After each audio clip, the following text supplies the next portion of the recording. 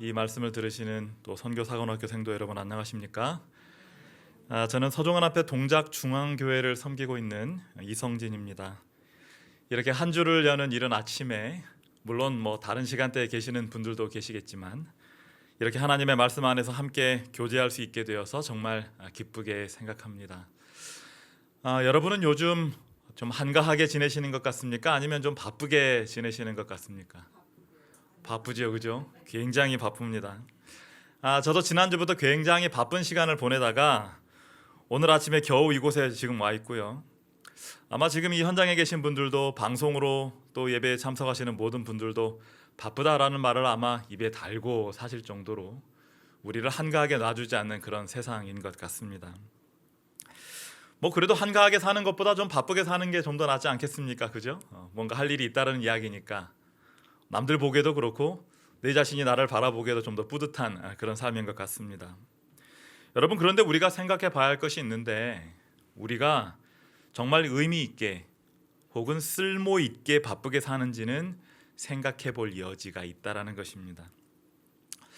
그 성경에서 게으른 사람을 꾸짖는 말씀이 여러 개가 나오잖아요. 그렇죠?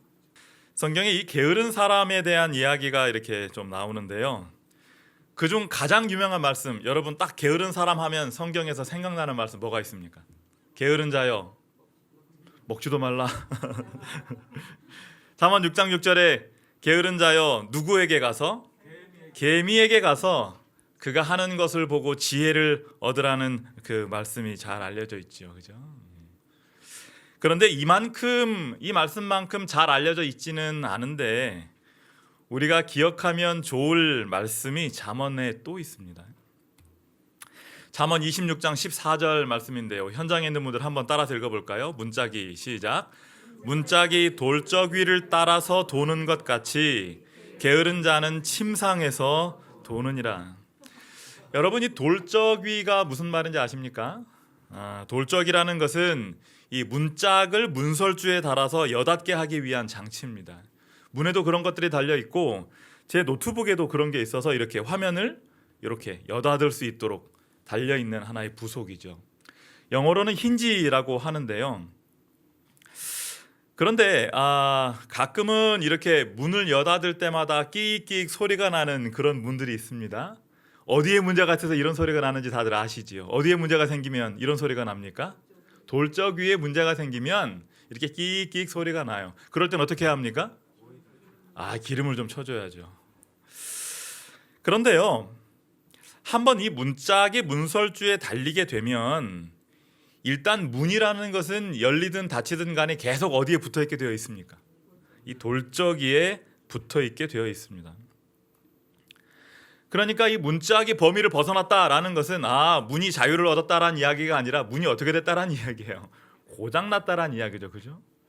요즘은 이제 집들이 다들 좋아서 그런 경우 없는데 저도 어렸을 때 이렇게 보면 가끔 저희 집 문이 이렇게 탁 하고 떨어져 있어요. 뭐에 문제가 생겨서 그렇습니까? 돌적이에 문제가 생겨서 그래요. 그런데 오늘 본문은요, 게으른 사람은 이 문이 이렇게 돌적이를 따라서만 움직이는 것처럼 무엇을 하든지 무엇을 중심으로 움직인다라고 되어 있어요. 침상을 중심으로 돌고 있다라고 얘기한다라는 것입니다. 그러니까 침대가 그 사람의 인생의 중심이자 한계가 된다라는 거죠. 무엇을 하든지 어디 중심으로 살아요? 침대 중심으로 살아요. 그러니까 침대에서 겨우 일어나서 좀 할 일 조금 하다가 다시 또 어디로 돌아가요? 침대로 돌아가요. 시간만 나면 뭐 하고 싶어 하는 것입니까? 눕고 싶어 한다라는 것입니다. 오로지 인생의 목적이 어디에 맞춰져 있어요? 쉬는 데 맞춰져 있다라는 겁니다. 여러분, 이렇게 살면 인생의 발전이 있을 수 있을까요? 없을까요? 인생의 발전이 없습니다. 게으른 사람에게는 기본적으로 자기의 속에 있는 무엇인가를 쏟아내거나 자기가 가지고 있는 체력을 소진하거나 내가 가지고 있는 물질을 헌신하거나 해서라도 뭔가를 이루어야 되겠다라는 목표가 없다라는 거예요. 아닌데 게으른 사람들도 뭔가 하고 싶어 하던데 이렇게 생각할 수 있습니다. 게으른 사람에게도 꿈도 있고요. 뭔가 되고 싶은 모습도 있고 이루고 싶은 것도 있을 수 있어요. 그런데 문제는 그런 것들을 뭐라고 부르기는 힘들어요. 목표라고 부르기는 힘들다는 겁니다. 여러분 예를 들어서 여러분 마음속에 내가 좀 더 건강한 사람이 되고 싶어라는 그런 소원이 있다고 가정해 보겠습니다. 그런데 어떤 사람은 그 건강하게 살고 싶다라는 소원을 이루기 위해서 음식도 절제하고요, 운동도 하고요, 마음가짐도 바르게 하기 위해서 애를 쓰고요, 자세도 정말 교정하기 위해서 애를 씁니다. 그런데 어떤 사람은 내가 건강하게 살아야 되는데 이러면서 먹고 싶은 거 다 먹고요, 눕고 싶을 때 다 누워 있고요, 운동하자 그러면 이렇게 마당 한 바퀴 돌고 다 했다 하고 이렇게 앉아 있고요.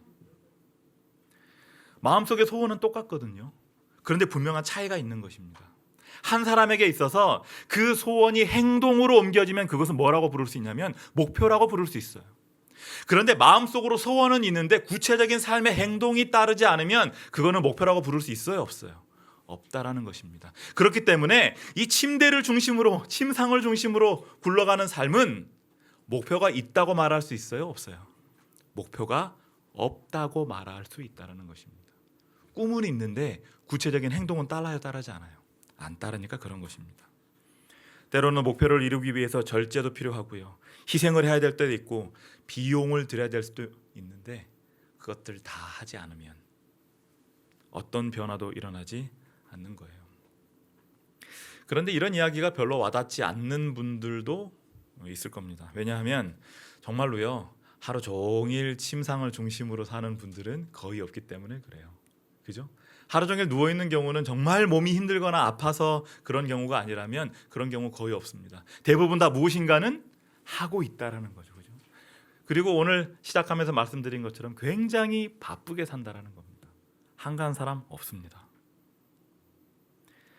그런데 오늘 말씀이 지적하는 이 게으른 사람은요, 조금 다른 관점에서도 바라볼 필요가 있다라는 것입니다. 실제로 침대를 못 벗어나는 사람뿐만 아니라 매일매일 바쁘게 살기는 하는데 그저 정해진 하루 일과 속에서 습관적으로 사는 사람들 또한 포함하고 있다는 것입니다. 어떤 사람도 포함하고 있다고요? 습관적으로, 아무 생각 없이. 여러분 한번 생각해 보십시오. 지금 저 뒤에 문이 있는데요, 저 문이 바쁘게 움직이는 것 같습니까? 한가하게 그냥 놀고 있는 것 같습니까? 사람이 계속 드나들면 그 문이 바빠요, 안 바빠요? 바쁩니다. 그런데 저 문이 저 자리에서 벗어나거나 발전하는 거 보신 적 있습니까? 누군가가 고쳐주거나 그 문을 새로 끼워주기 전에는 발전 자체가 없는 거예요. 계속 그 자리라는 것입니다. 그냥 움직이는 거예요. 계속 바쁘게 움직이기는 하는데 변화는 없는 거예요. 그러다가 점점 닳아져서 뭐 하기만 합니까? 이제 시간이 지나면 어떤 소리가 날까요? 삐걱삐걱 소리가 나는 것입니다. 사람도 마찬가지예요. 때로는 우리가 굉장히 바쁘게 삽니다. 그죠? 바쁘게 사는데요, 우리의 삶에서 영적인 변화도 일어나지 않고 어떠한 발전도 없이 점점 우리의 수명만 어떻게 되는 느낌이 날 때가 있어요. 닳아지는 느낌이 날 때가 있다는 것입니다. 바쁘게 살죠. 뭔가를 합니다. 뭔가를 얻는 것 같아요. 그런데 돌이켜보면 내가 정말 바쁘게 살았는데 내가 얻은 것은 무엇인가라는 생각이 들 때가 있는 거예요. 많은 사람들이 참 바쁘게 삽니다. 인생을 갈아 넣어요. 그런데 많은 경우에 그들의 중심에 침대가 있다는 것입니다. 본인의 편안함과 안락함이 삶의 목표가 되어 있다는 거예요. 실제로 침대에 누워서 살지는 않는데 그의 목표는 어디에 맞춰져 있어요? 침대에 맞춰져 있어요. 왜요? 내가 어떻게 사는 게 목적이 되니까요. 편안하게 사는 게 목적이 되니까. 내가 좀 더 하고 싶은 거 다 누리면서 좀 더 이렇게 그냥 편안하게 지내는 것이 삶의 목표가 되어 있다는 거예요. 목표가 어디에 있다고요? 침대에 있다고요. 게으른 자는 어디에서 돈다고요? 침상에서 돈다고요. 그러니까 영적인 눈으로 보았을 때 뭔가 열심히 살고는 있으나 그의 인생의 목적이 편안함과 안락함에만 맞춰져 있다면 성경의 기준대로라면 그 사람은 어떤 사람이에요? 게으른 사람이라는 것입니다. 게으른 사람. 육체적으로 볼 때는 게으른 삶이 아니지만 그의 영적인 삶은 침대에서 벗어나지 못하는 사람들과 다를 바가 없다는 것입니다. 자, 그렇다면 왜 우리가 이렇게 영적 게으름에 빠지게 되는 것일까요? 그 중심에는요, 나에 대한 사랑이 있습니다. 뭐에 대한 사랑이 있다고요? 나에 대한 사랑, 자기 사랑이 있어요. 여러분, 아무리 게으른 사람이라 할지라도 딱 하나 열심히 하는 것 있습니다. 뭘 열심히 할까요? 노는 거요. 노는 거 열심히 합니다. 또 뭐 열심히 할까요? 자기가 좋아하는 거 열심히 합니다. 예를 들어서 집에 정말 음식 재료가 다 놓여져 있는데 요리하기 싫어서 이렇게 계속 누워있는 사람이 있어요. 그런데 그 사람이 어떤 소리에 벌떡 일어나는 줄 아십니까? 배달이요 소리에 벌떡 일어납니다. 왜요? 내가 지금 좋아하는 음식을 먹고는 싶은데 뭐 하기는 싫었어요? 음식 하기는 싫었어요. 그런데 누가 음식을 갖다 줘요. 벌떡 일어나는 것입니다.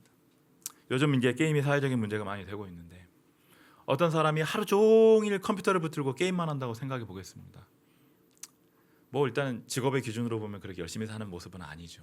그런데 그 사람이 어느 한순간에 굉장히 분주하게 뛰어다니는 순간이 있을 수 있어요. 언제 열심히 뛰어다닐까요? 컴퓨터 고장 나면 그거 들고 열심히 뛰어다닙니다. 왜요? 어떻게든 고쳐야 되니까요.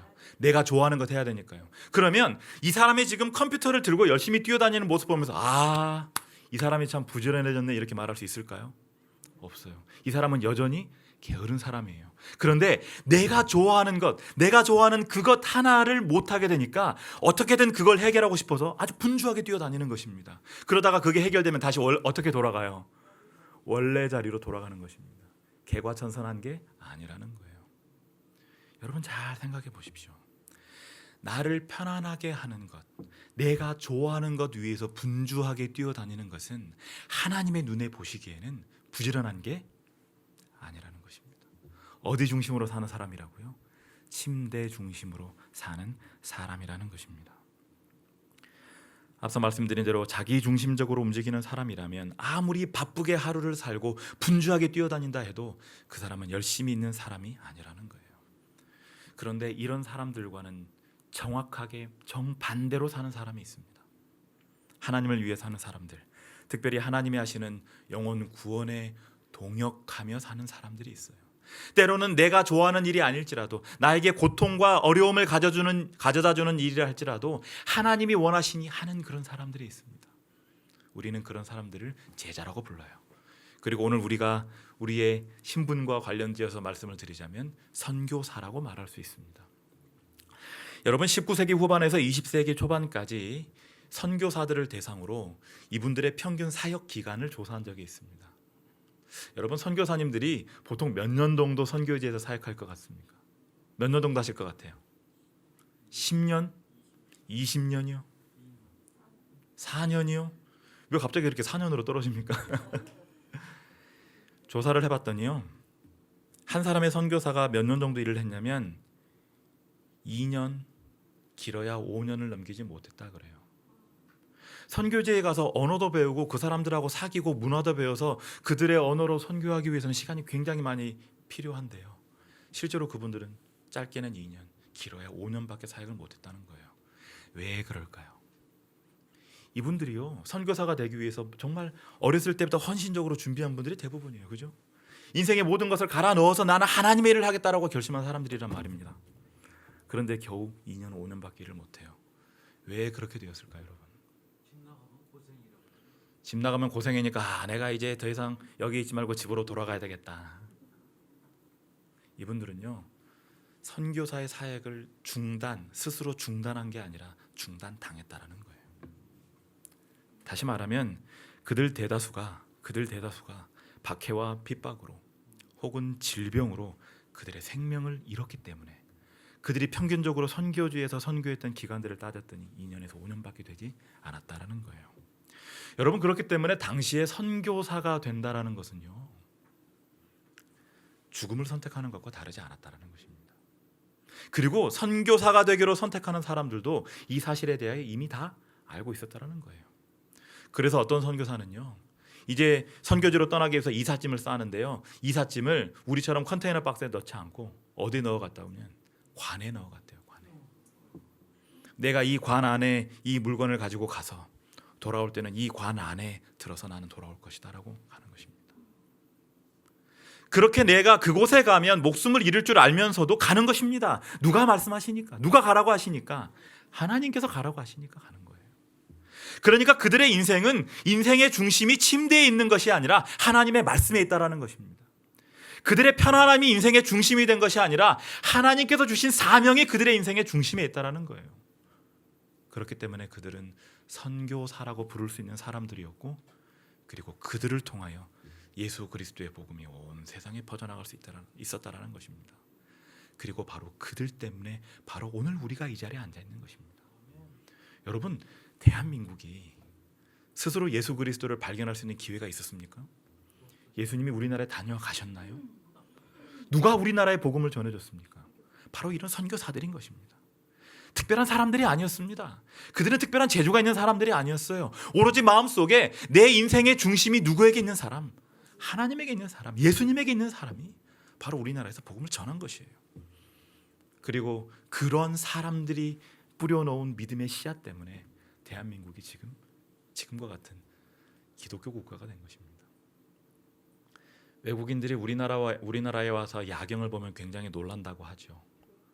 왜냐하면 밤에 보면 빨간 십자가가 그냥 천지에 있어서 저 십자가가 그냥 교회라는 뜻은 아는데 이렇게 교회가 많습니까? 라고 얘기를 한다고 해요. 물론 부정적인 시선으로 말하는 사람들도 있겠지만 우리나라에 이렇게 교회가 많다라는 것, 이렇게 하나님을 믿고 하나님의 원칙에 따라 살려고 한다는 사람이 많다라는 것은 축복이라는 것입니다. 그렇죠? 그런데 이런 축복이 어디로부터 시작됐다고요? 이런 사람들, 하나님의 말씀 중심으로 그들의 인생을 헌신한 사람들로부터 시작됐다라는 거예요. 그런데 여러분, 생각해 보면 이 사람들의 헌신은 어디에서 시작되었을까요? 이 사람들이 특별해서요? 이 사람들은 누구를 따라간 사람들이라고 말할 수 있을까요? 예수님을 따라간 사람들이라고 말할 수 있어요. 왜냐하면 우리가 걷고 있는 우리 선배 선교사들이 걸었던 그 길은 사실 누가 먼저 걸어가신 길이기 때문에 그렇습니까? 예수님이 먼저 걸어가셨던 길이기 때문에 그래요. 정확하게 예수님이 걸어가신 길이에요. 예수님께서는 이 땅에 복음을 들고 오셨습니다. 그런데 그 복음을 전하시다가 복음 때문에 어떻게 되셨어요? 목숨을 잃으셨어요. 복음 때문에 박해를 당하시고 복음 때문에 반대를 당하셨어요. 그렇기 때문에 후대의 선교사들이, 그리고 우리가 어떠한 고난과 어떠한 고통을 이 복음 때문에 당한다고 해도 누구의 발끝에도 미치지 못해요. 예수님의 발끝에도 미치지 못해요. 예수님이 다 걸어가신 일입니다. 그리고 심지어 예수님께서는 우리가 복음 때문에 어떠한 고통을 당한다 해도 아직 경험하지 못한 죽음까지도 이미 뭐 하신 분이에요? 맛보신 분이에요. 지금 그렇기 때문에 이 땅에서 살아 움직이고 있는 선교사들은 예수님 앞에서는 명함을 내밀 수가 없는 것입니다. 왜냐하면 예수님은 이미 이 일을 위하여 자신의 가장 귀한 목숨을 버리신 분이시기 때문에 그래요. 여러분, 기억하시기 바랍니다. 우리가 예수님을 위하여 무엇을 내놓은다 한들 예수님이 내놓으신 것보다는 작다라는 것을 잊어서는 안 될 것입니다. 그렇기 때문에 우리는 나에게 이러한 생명을 주신 예수 그리스도의 사랑에 감사하는 마음으로 침대를 중심으로 사는 삶을 선택하는 것이 아니라 하나님의 말씀 중심으로 사는 삶을 선택하는 사람들이라는 것입니다. 이제 선교라는 게 어디에서 온 개념인가에 대한 이제 질문에 대한 답을 하기 시작할 때입니다. 여러분이 교회에서 선교라는 말 굉장히 많이 쓰지 않습니까? 그죠? 선교합시다. 그리고 교회마다 어떤 회장님이 한 분 계셔요. 어떤 회장님이 계셔요. 선교 회장님이 계셔요. 교회에서 선교라는 단어는 굉장히 익숙하게 사용되고 교회의 사명으로 받아들여지고 있지만 사실 이 선교라는 말은 성경에 나오지는 않습니다. 이 단어가 자체가 나오지는 않아요. 하지만 그렇다고 해서 이 선교라는 개념은 성경적인 개념이 아니다라고 말할 수는 없습니다. 왜냐하면 성경의 모든 이야기가 사실은 다 무슨 얘기니까 그래요? 선교 얘기니까 그래요. 선교는요, 삼위일체 하나님에 의하여 시작되어서 삼위일체 하나님의 품성을 담고자 하는 성도들에 의하여 지속되는 하나님의 사역이라고 말할 수 있습니다.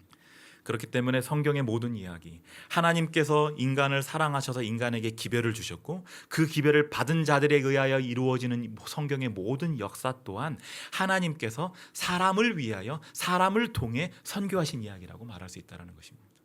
그러니까 성경 전체는 무슨 이야기라고 부를 수 있어요? 선교 이야기라고 부를 수 있다는 것입니다. 먼저 구약시대에 하나님께서는 어떻게 선교하셨습니까? 만민의 구원을 목표로 해서 하나의 민족을 선택하셨어요. 누구의 자손을 선택하셨다라고 성경이 얘기합니까? 아브라함의 자손들을 선택하셔서 그들을 이방의 빛으로 삼아서 선교하셨습니다. 비록 그들을 통하여 이런 목적을 이루는 데는 실패했어요. 그죠? 하지만 분명히 하나님께서 택하신 아브라함의 후손들은 하나님께서 부여하신 선교의 사명을 가진 자들로 이 땅에 존재했었다라는 것입니다. 그런데요, 신약 시대에 이르러서는 하나님께서 이 땅에 선교사, 아주 위대하신 선교사 한 분을 파송하셨습니다. 그분이 누구실까요? 바로 예수 그리스도이셨습니다.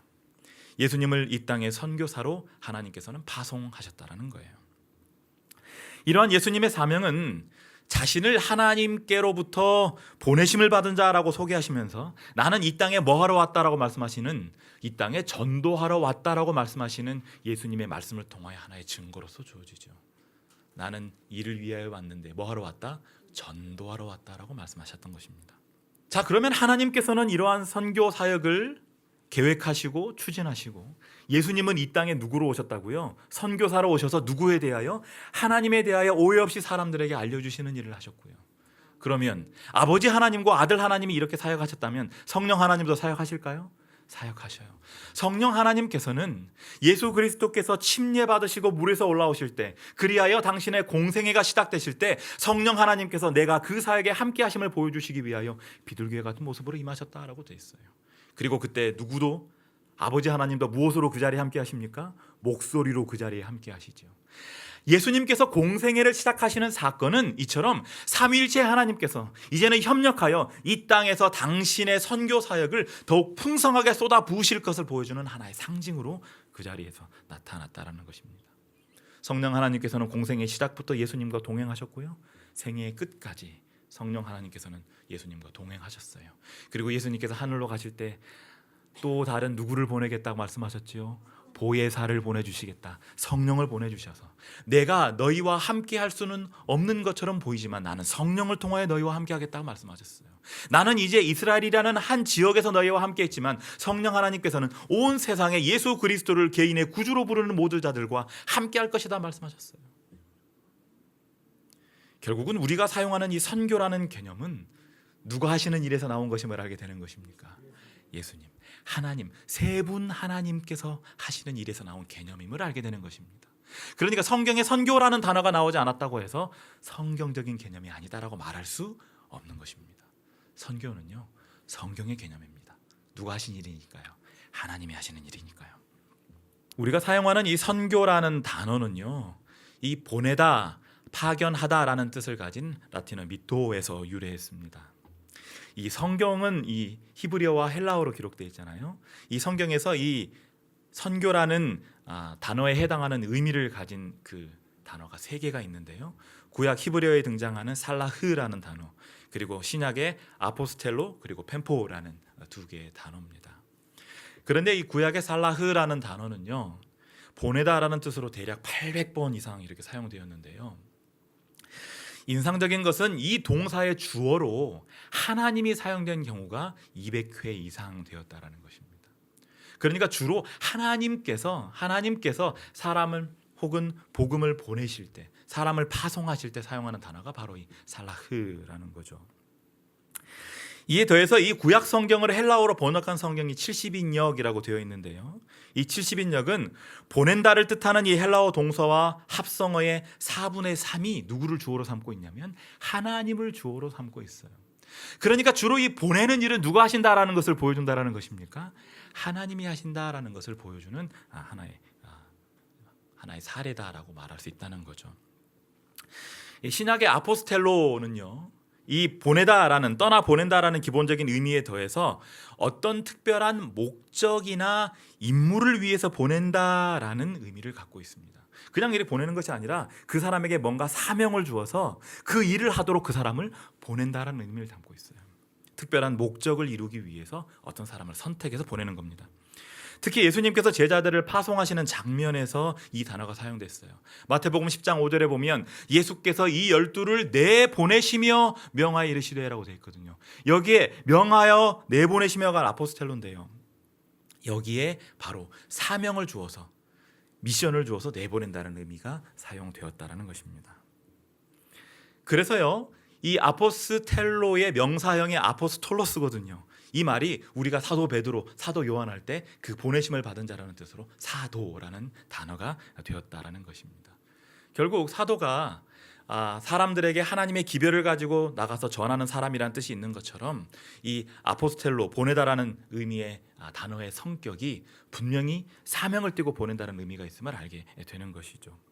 이 펜포라는 단어 역시도 떠나 보낸다라는 기본적인 의미는 동일한데요. 소통을 위해서 어떤 사람이나 초월적인 존재를 보내다라는 의미를 갖고 있습니다. 뭐를 위해서요? 소통을 위해서. 요한복음 20장 21절에 보면 아버지께서 나를 보내신 것 같이 나도 너희를 보내노라 라는 말씀에 다 이 펜포라는 단어가 쓰였어요. 무엇을 위하여 하나님이 나를 보내셨다? 소통을 위하여 나를 보내셨다는 거예요. 그리고 나도 너희를 무엇을 위해서 보낸다? 소통을 위해서 보낸다라는 것입니다. 여러분, 소통이 뭡니까?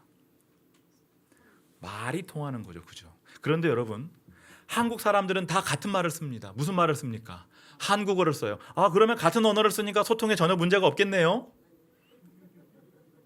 같은 언어를 쓰는데 소통에 문제가 생깁니까? 안 생깁니까? 생겨요. 가끔 제가 어떤 얘기를 했는데요. 어떤 얘기를 했는데 저희 집 사람이 알아듣지 못할 때가 있어요. 왜 이런 일이 벌어집니까? 생각이 다르니까 그렇죠. 그리고 그 사람들이 자란 배경과 환경, 정확히 말하면 그들의 가치관이 다르고 그들이 세상을 바라보는 관점인 세계관이 다르니까 그런 일이 벌어지는 거예요. 예를 들어서요. 우리는 어떤 세계관을 갖고 있습니까? 하나님께서 세상을 뭐 하셨다라는 세계관이 우리한테 있어요.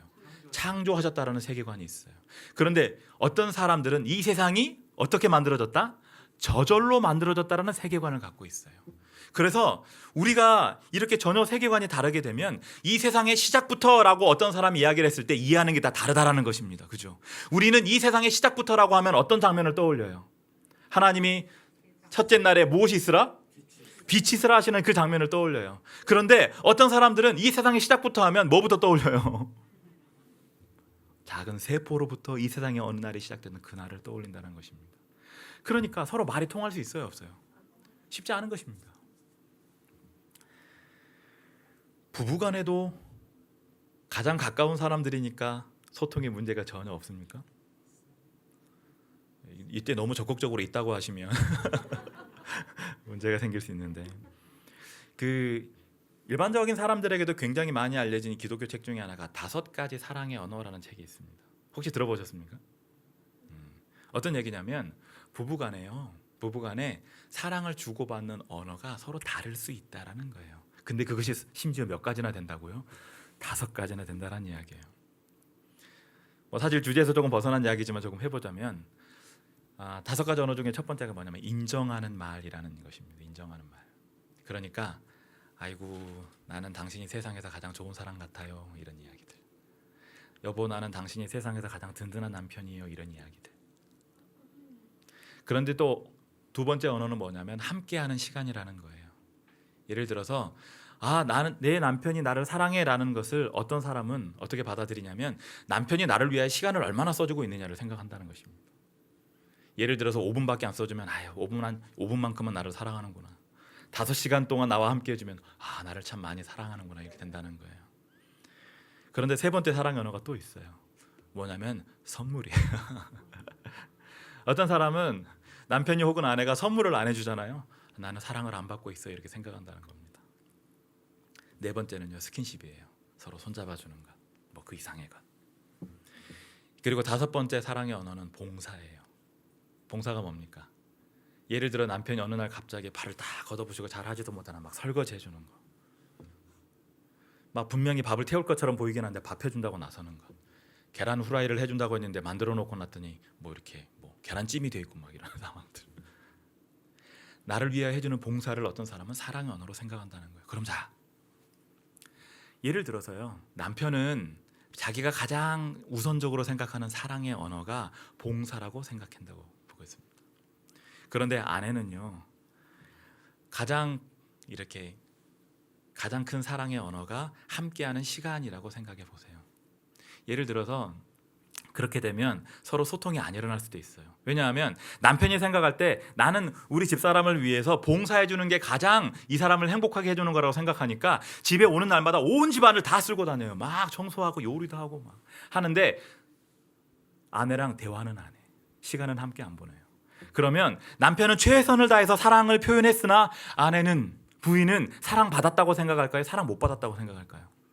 사랑 못 받았다고 생각해요. 그런데 남편은 함께하는 시간이 이게 가장 큰 예를 들어서 사랑의 언어라고 하면 부인이 계속 함께해 주기를 바라는데 부인도 계속 봉사한다고 막 돌아다니면 서로 어긋난다는 거예요. 그렇기 때문에 서로 온전한 사랑을 이루기 위해서는 상대방의 사랑의 언어가 무엇인지를 살펴서 그것을 해주면 사랑을 주고받았다라는 그런 아주 일치감에 이룰 수 있다라는 것이 그 책이 해주는 이야기예요. 그렇기 때문에 서로가 좋아하면 제1 언어로 소통해야 한다는 것입니다. 자, 예수님께서 이 땅에 오신 이유가 바로 그것이었어요. 하나님께서 세상을 바라보시면서 당신의 사랑을 풍성히 보여주셨어요. 천연계를 통해서 보여주시고요, 여러 가지 말씀을 통한 계시를 통해서 보여주셨어요. 그런데 사람들이 그것을 제대로 이해 못하는 거예요. 그래서 하나님께서 내가 이제는 누구의 언어로, 인간의 언어로, 인간 속으로 들어가서 나의 뜻을 사람들에게 보여주겠다 하신 것이 바로 예수님께서 이 땅에 오신 목적이라는 거예요. 결국은 인간과 뭐 하기 위해서요? 소통하기 위해서요. 누구의 언어로? 인간의 언어로 소통하기 위해서. 하늘의 뜻을 인간의 언어로 소통하기 위해 예수님께서 이 땅에 보내심을 받았다라는 거예요. 그게 바로 아버지께서 나를 보내신 것이라는 뜻입니다. 그런데 예수님께서는 우리 또한 동일한 목적으로 나도 너희를 뭐 한다고 말씀하셔요? 보낸다라고 말씀하신 거예요. 세상과 뭐 하라고요? 소통하라고요. 세상의 언어로 소통하라고요. 그런데 세상의 생각을 세상의 언어로 소통하라는 것이 아니라 누구의 생각을?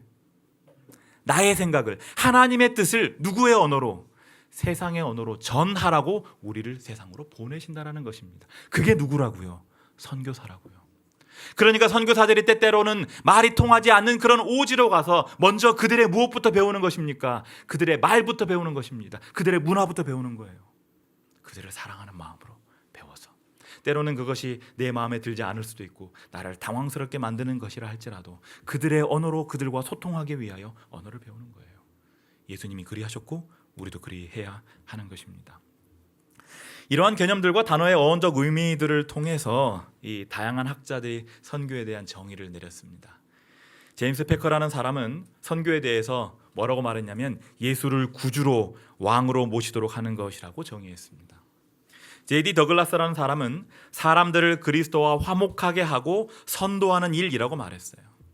롤랜드 알렌이라는 사람은 선교의 영인 성령을 받은 그리스도인들이 자신이 가진 최상의 방법을 통하여 각 문화에 적합한 방식으로 하나님을 발견하도록 돕는 것이다 라고 얘기했습니다. 시대가 지나면서 점점 선교의 의미가 풍성해지는 것입니다.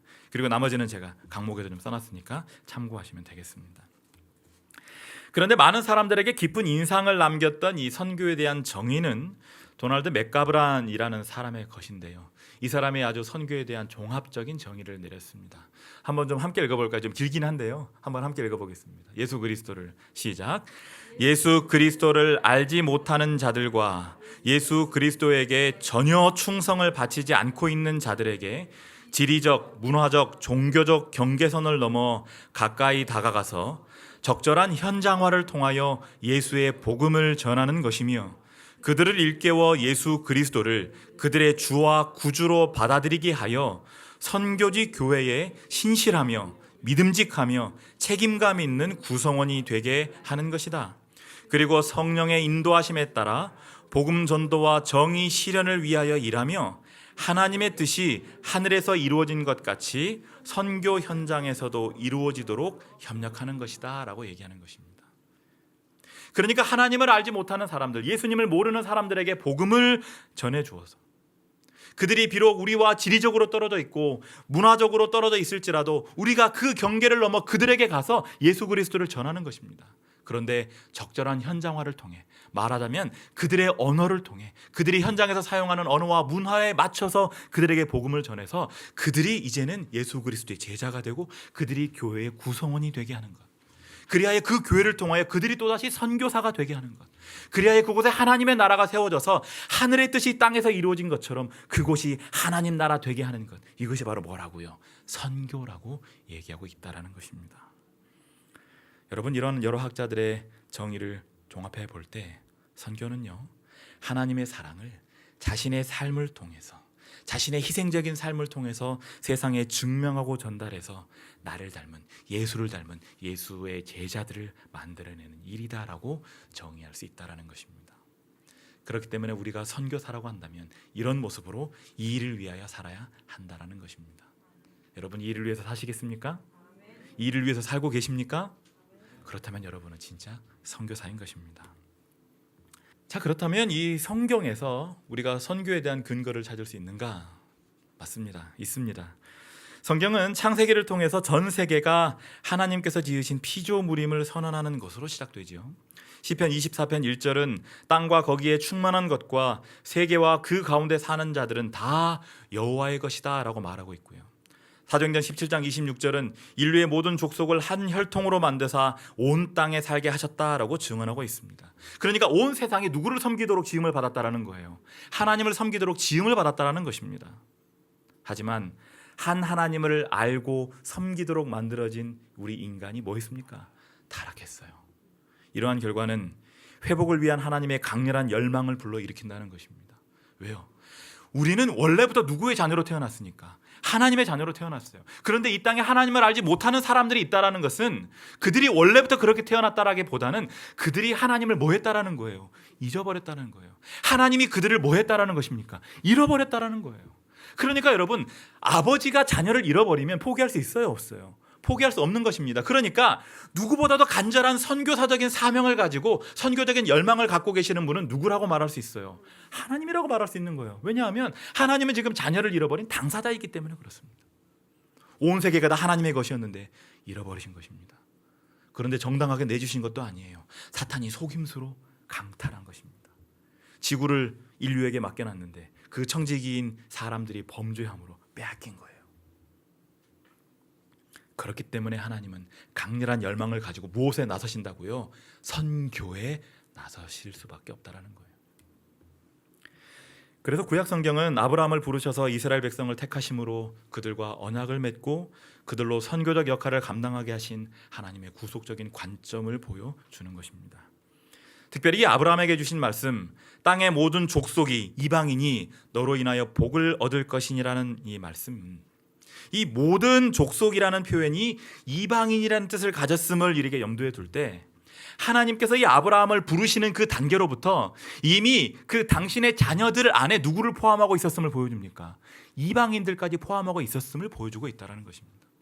그러니까 아브라함의 후손들은 하나님이 아브라함이 복의 근원이 될지라는 말씀, 모든 족속이 복을 받았다라는 그 말씀 속에 이방인들은 제외될 거라고 그냥 생각해 버렸지만 이미 그때부터 누구도 포함되어 있었어요. 이미 우리 한민족도 포함되어 있었다라는 것입니다. 왜요? 우리도 누구로 태어났으니까요. 하나님의 자녀로 지음받은 존재들이라는 것입니다. 비록 우리가 지금은 누군가가 가르쳐주기 전에는 하나님을 부를 수 없는 그런 죄된 상태로 타락했으나 우리는 다 하나님의 자녀라는 거죠. 하나님은 우리를 찾고 싶어 하신다는 거예요. 그리고 우리 주위에 있는 아직 하나님을 알지 못하는 자들도 모든 족속, 내가 다시 나에게 불러드려야 할 모든 족속이라고 생각하신다는 것입니다. 그렇기 때문에 하나님께서는 아브라함과 그 후손을 이방의 빛으로 삼아서 그들이 하나님의 빛을 온전히 전함으로 그 빛을 보고 이방인들이 하나님을 알도록 하는 그런 대단한 구원의 계획을 세우셨다는 거예요. 그런데 그들은 그 계획이 자신들에게만 주어지는 축복이라고 생각해서 그게 그 일에 실패했다는 것입니다. 그래서 신약 시대에 누가 오신 것입니까? 이러한 오해와 실패를 딛고 누가 오신 거예요? 예수님이 오신 것입니다. 신약 성경은 사람들에게 영원한 생명을 주시기 위하여 이 땅에 보내심을 받은 예수 그리스도를 통해서 구약으로부터 이어져 내려온 선교사들, 선지자들의 사명이 누구에게서 완성되는 예수 그리스도에게서 완성되는 그림을 우리에게 보여줍니다. 동시에 예수님께서는 구약 시대의 선지자들의 사명을 먼저 이루셨어요. 한번 점을 찍으셨어요. 그러나 그 점에서 끝나지 않으시고 또 다른 새로운 시작으로 당신을 닮은 제자들을 세상에 파송하신다는 거예요. 예수님은 그러니까 구약으로부터 이어진 그 선교 사역의 종점이면서 또 다른 시작을 우리에게 가르쳐주고 계신다는 것입니다. 이제는 너희가 나를 통하여 하나님의 사명을 발견하였다면, 오해 없이 하나님의 뜻을 발견하였다면 이제는 이 기별을 가지고 너희가 경험한, 너희가 본 예수를 세상에 전해라. 내보내시는 것입니다. 아포스텔로 하시는 거예요. 펜포 하시는 겁니다. 너희가 세상으로 나가 전하라라는 것입니다. 그렇기 때문에 예수님께서는 사역 중에 12제자를 택하시고 70인을 보내십니다.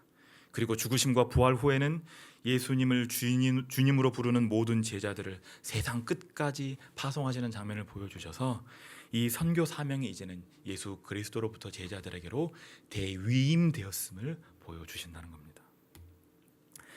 뿐만 아니라 예수님께서는 이 선교사로서의 자격에 있어 매우 중요한 섬김이라는 선교적인 측면을 당신의 생애를 통해 우리에게 보여주셨습니다. 요한에 쓴 니센이라는 사람은 이러한 예수님의 사역에 나타나는 이런 특징에 주목하면서 선교라는 용어는 전도라는 용어와 구분되어야 한다라고 말을 하기도 했습니다.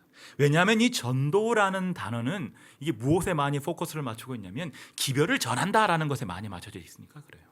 그런데 단순히 우리가 기별을 전하는 것으로 끝나서는 안 되고요. 진짜 선교라는 것은 우리가 이 기별을 우리의 삶을 통하여 전하는 사랑하고 섬기고 전하고 가르치고 치유하고 해방시키는 모든 과정이 다 선교에 포함되어 있으니까 우리는 단순히 전도라는 이 지엽적인 주제에 함몰될 것이 아니라 선교라는 큰 주제를 가지고 세상을 향하여 가져 나가야 한다라고 얘기한다는 것입니다. 그리고 존 스토트라는 신학자는 우리가 보고 있는 이 성경이 세계 선교에 대한 명령을 담고 있고요. 세계 선교에 필요한 메시지도 담고 있고 세계 선교의 모델이신 예수 그리스도의 사역을 담고 있을 뿐만 아니라 오순절 성령 충만을 통하여 제자들에게 제공되었던 능력을 제자들에게 우리들에게 제공한다라고 말하고 있습니다.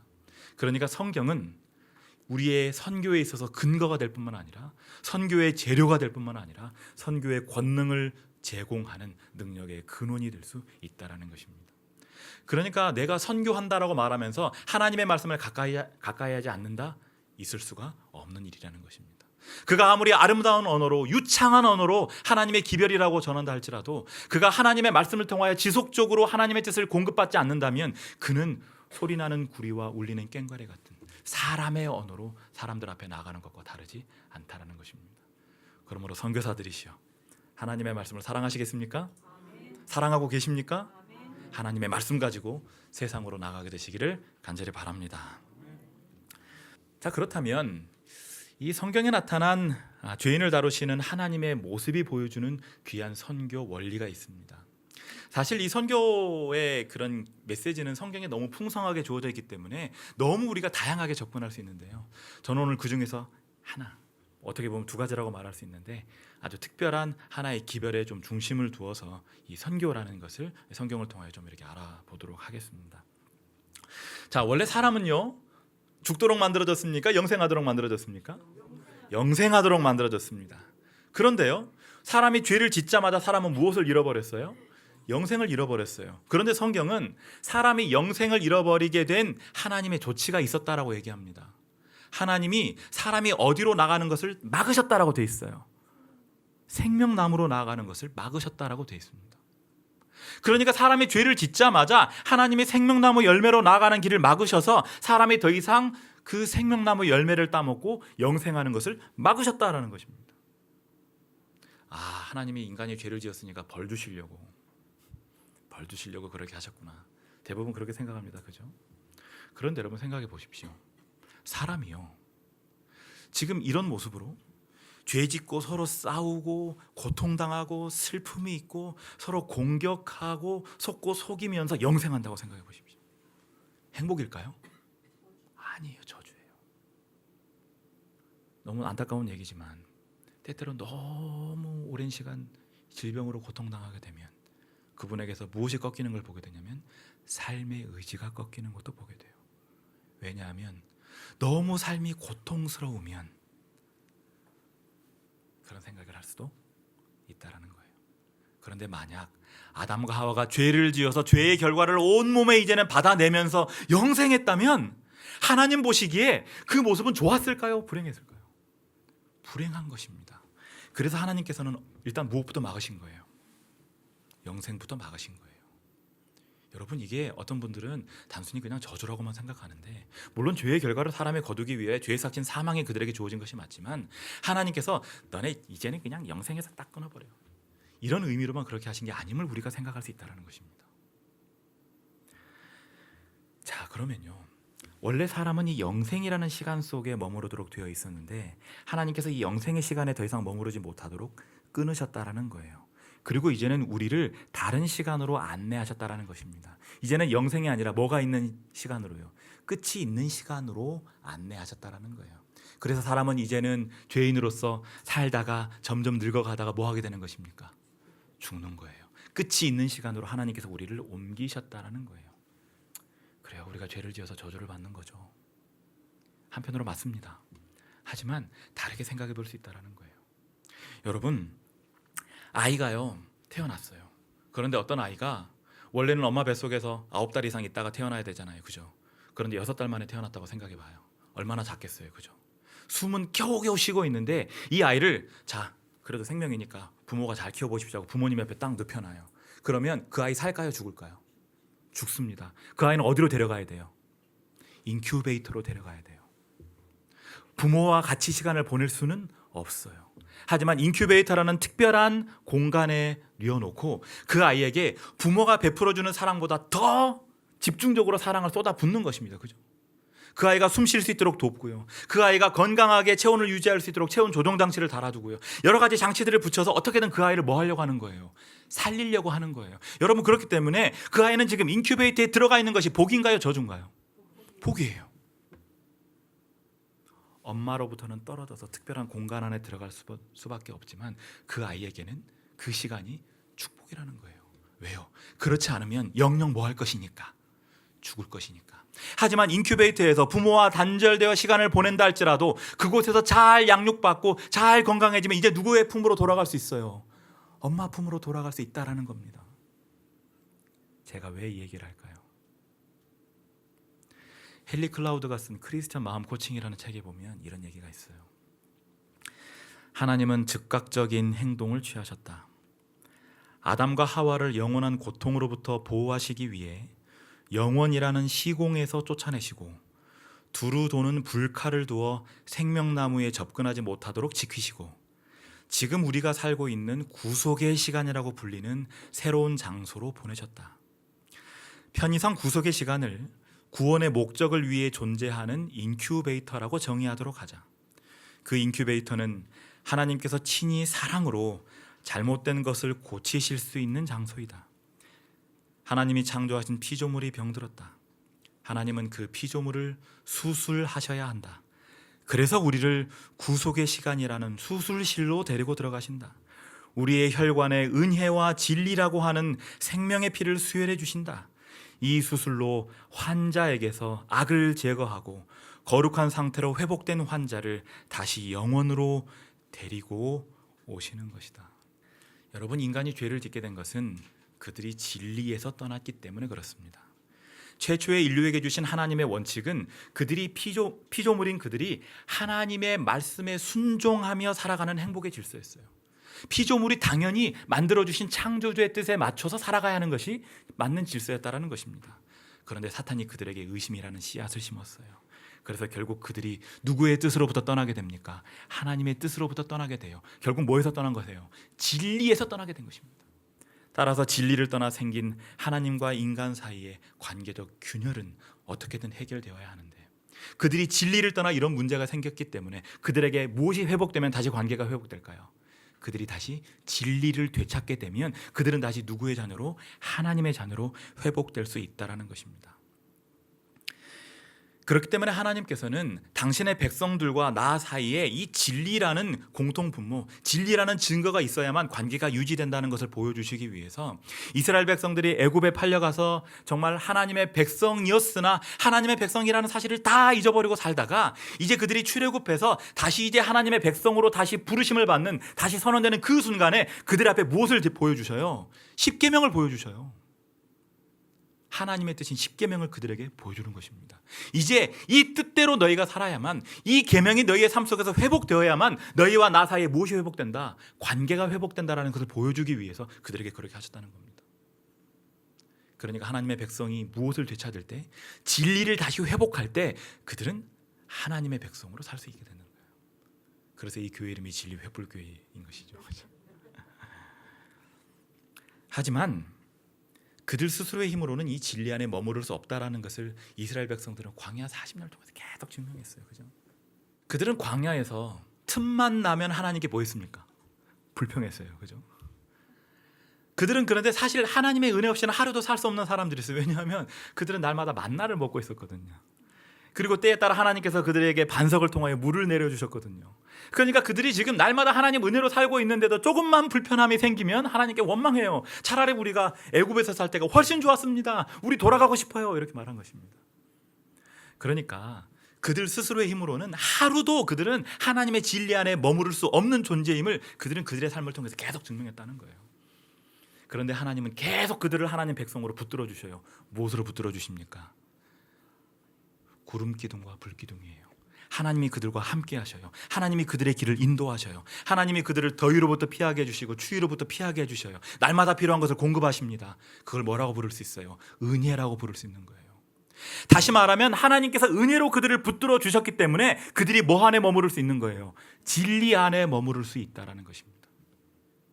다시 말해서 인큐베이터 속에 있는 아이가 생명을 유지하기 위해서는 정말 그 아이를 사랑하는 마음으로 그 아이에게 필요한 모든 것을 값없이 공급해주는 그 일이 있어야만 그 아이가 숨쉬고 살 수 있는 것처럼 하나님의 백성들도 진리 안에 머무르기 위해서는 은혜가 필요하다는 거예요. 은혜 없이는 하루도 못 사는 것입니다. 그런데도 우리는 뭐 한다고요? 불평한다고요.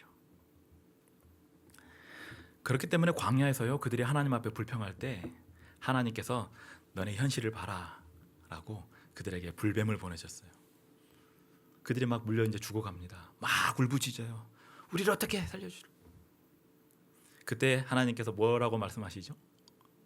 놋뱀을 장대에 높이 매달아서 사람들 앞에 보여주고 너희가 그것을 뭐 하면 살 거다? 쳐다보면 살 거다. 여러분, 세상에 가짜 의사 말고요, 진짜 의사가 자, 병원에 갔더니 제 눈을 보세요. 그러면 병이 나을 거예요. 말하는 의사 있나요? 아마 그런 의사 있으면 이 사람은 가짜라고 바로 소문날 거예요. 그런데 예수님께서는, 하나님께서는 정말 말도 안 되는 방법으로 그들을 고치신 것입니다. 보여주시고 싶었던 거예요. 너희가 이 병에서 노임받는 건 하나님의 은혜 아니면, 너희에게는 아무런 능력도 없고 아무런 공로도 없지만 너희가 나를 믿는 마음으로, 너희가 나의 은혜에 감사하는 마음으로 나를 믿음으로 붙들면 너희는 뭐 할 수 있다? 생명을 얻을 수 있다는 거예요. 예수님께서 신약시대에 오셔서요, 이 놋뱀이 누구를 가리키는 것이다라고 말씀하셨죠? 나를 가리키는 것이다라고 말씀하셨죠. 그죠? 결국은 죄에 빠진 인간이 불평하고 정말 하루도 이 진리 안에 머무를 수 없는 그런 인간이 누구를 의지할 때? 예수 그리스도를 의지할 때, 은혜로 우리에게 생명의 길을 열어주신 예수 그리스도를 의지할 때 너희가 뭐 할 수 있다는 걸 가르쳐 주셔요. 살 수 있다라는 것을 보여주신 것입니다. 여러분, 그렇기 때문에 우리가 진리 안에 거하기 위해서는 누구를 믿는 믿음이 있어야 돼요? 예수 그리스도를 믿는 믿음이 있어야 돼요. 그런데 요한복음 1장 14절은 예수 그리스도 안에 은혜와 진리가 충만했다라고 얘기합니다. 그러니까 예수 그리스도는 은혜와 진리 그 자체라고도 말씀할 수 있다는 거예요. 여러분, 그렇기 때문에 우리가 예수 그리스도를 믿는다라는 것은 예수 그리스도의 진리, 예수 그리스도의 은혜를 우리가 뭐 한다는 것과 같아요? 믿는다는 것과 같다라는 것입니다. 그분께서 베풀어 주시는 은혜와 계시하시는 하나님의 성품과 뜻인 진리를 믿는다는 것을 의미하게 되는 겁니다. 그런데 하나님께서는요, 어느 시대에나 은혜와 진리 안에 거하는 당신의 백성들을 가지고 계셨습니다. 우리가 남은 무리, 남은 자손이라고 부르는 사람들입니다.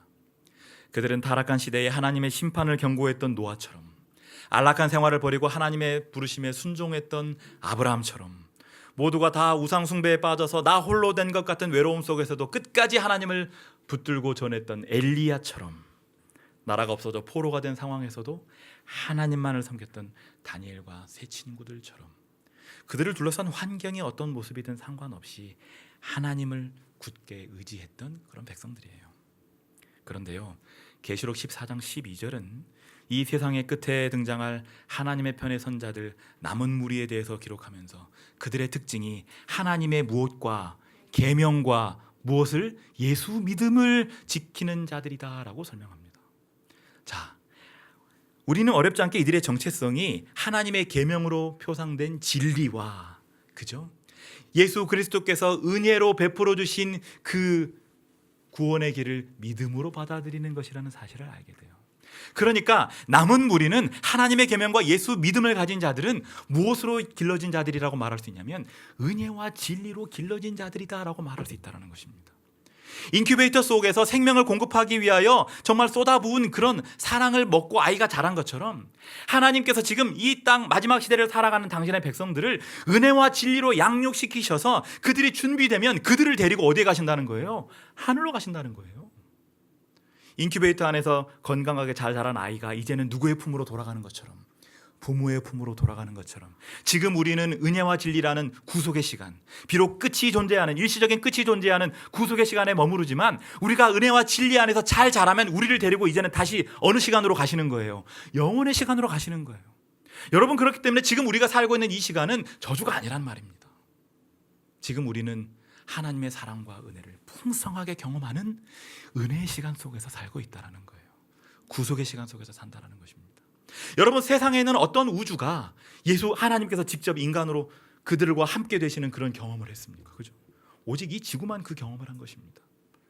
그리고 이 지구는 하나님의 특별한 관심과 사랑을 받고 있기 때문에 마지막에 새 예루살렘 성이 하늘로부터 어디로 내려온다 그랬습니까?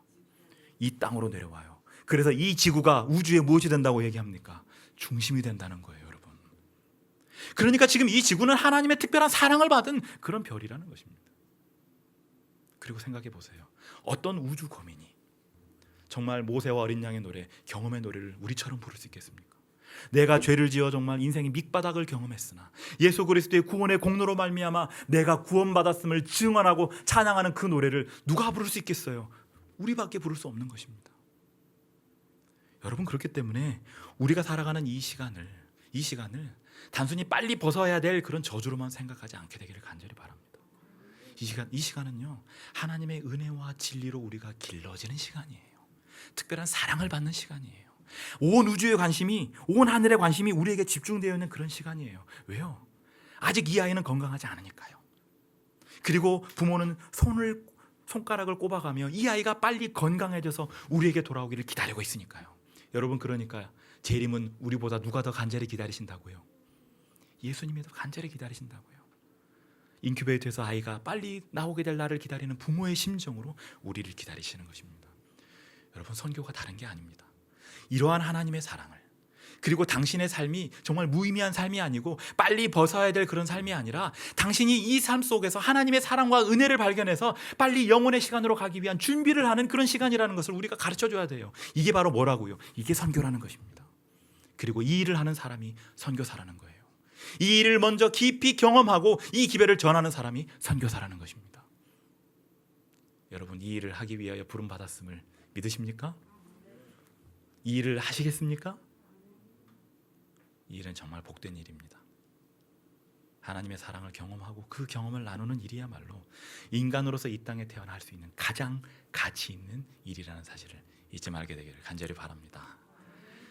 누가복음 15장 17절부터 24절에 있는 말씀을 좀 읽을게요. 이에 스스로 돌이켜 가로되 내 아버지에게는 양식이 풍족한 품꾼이 얼마나 많은고 나는 여기서 주려 죽는구나.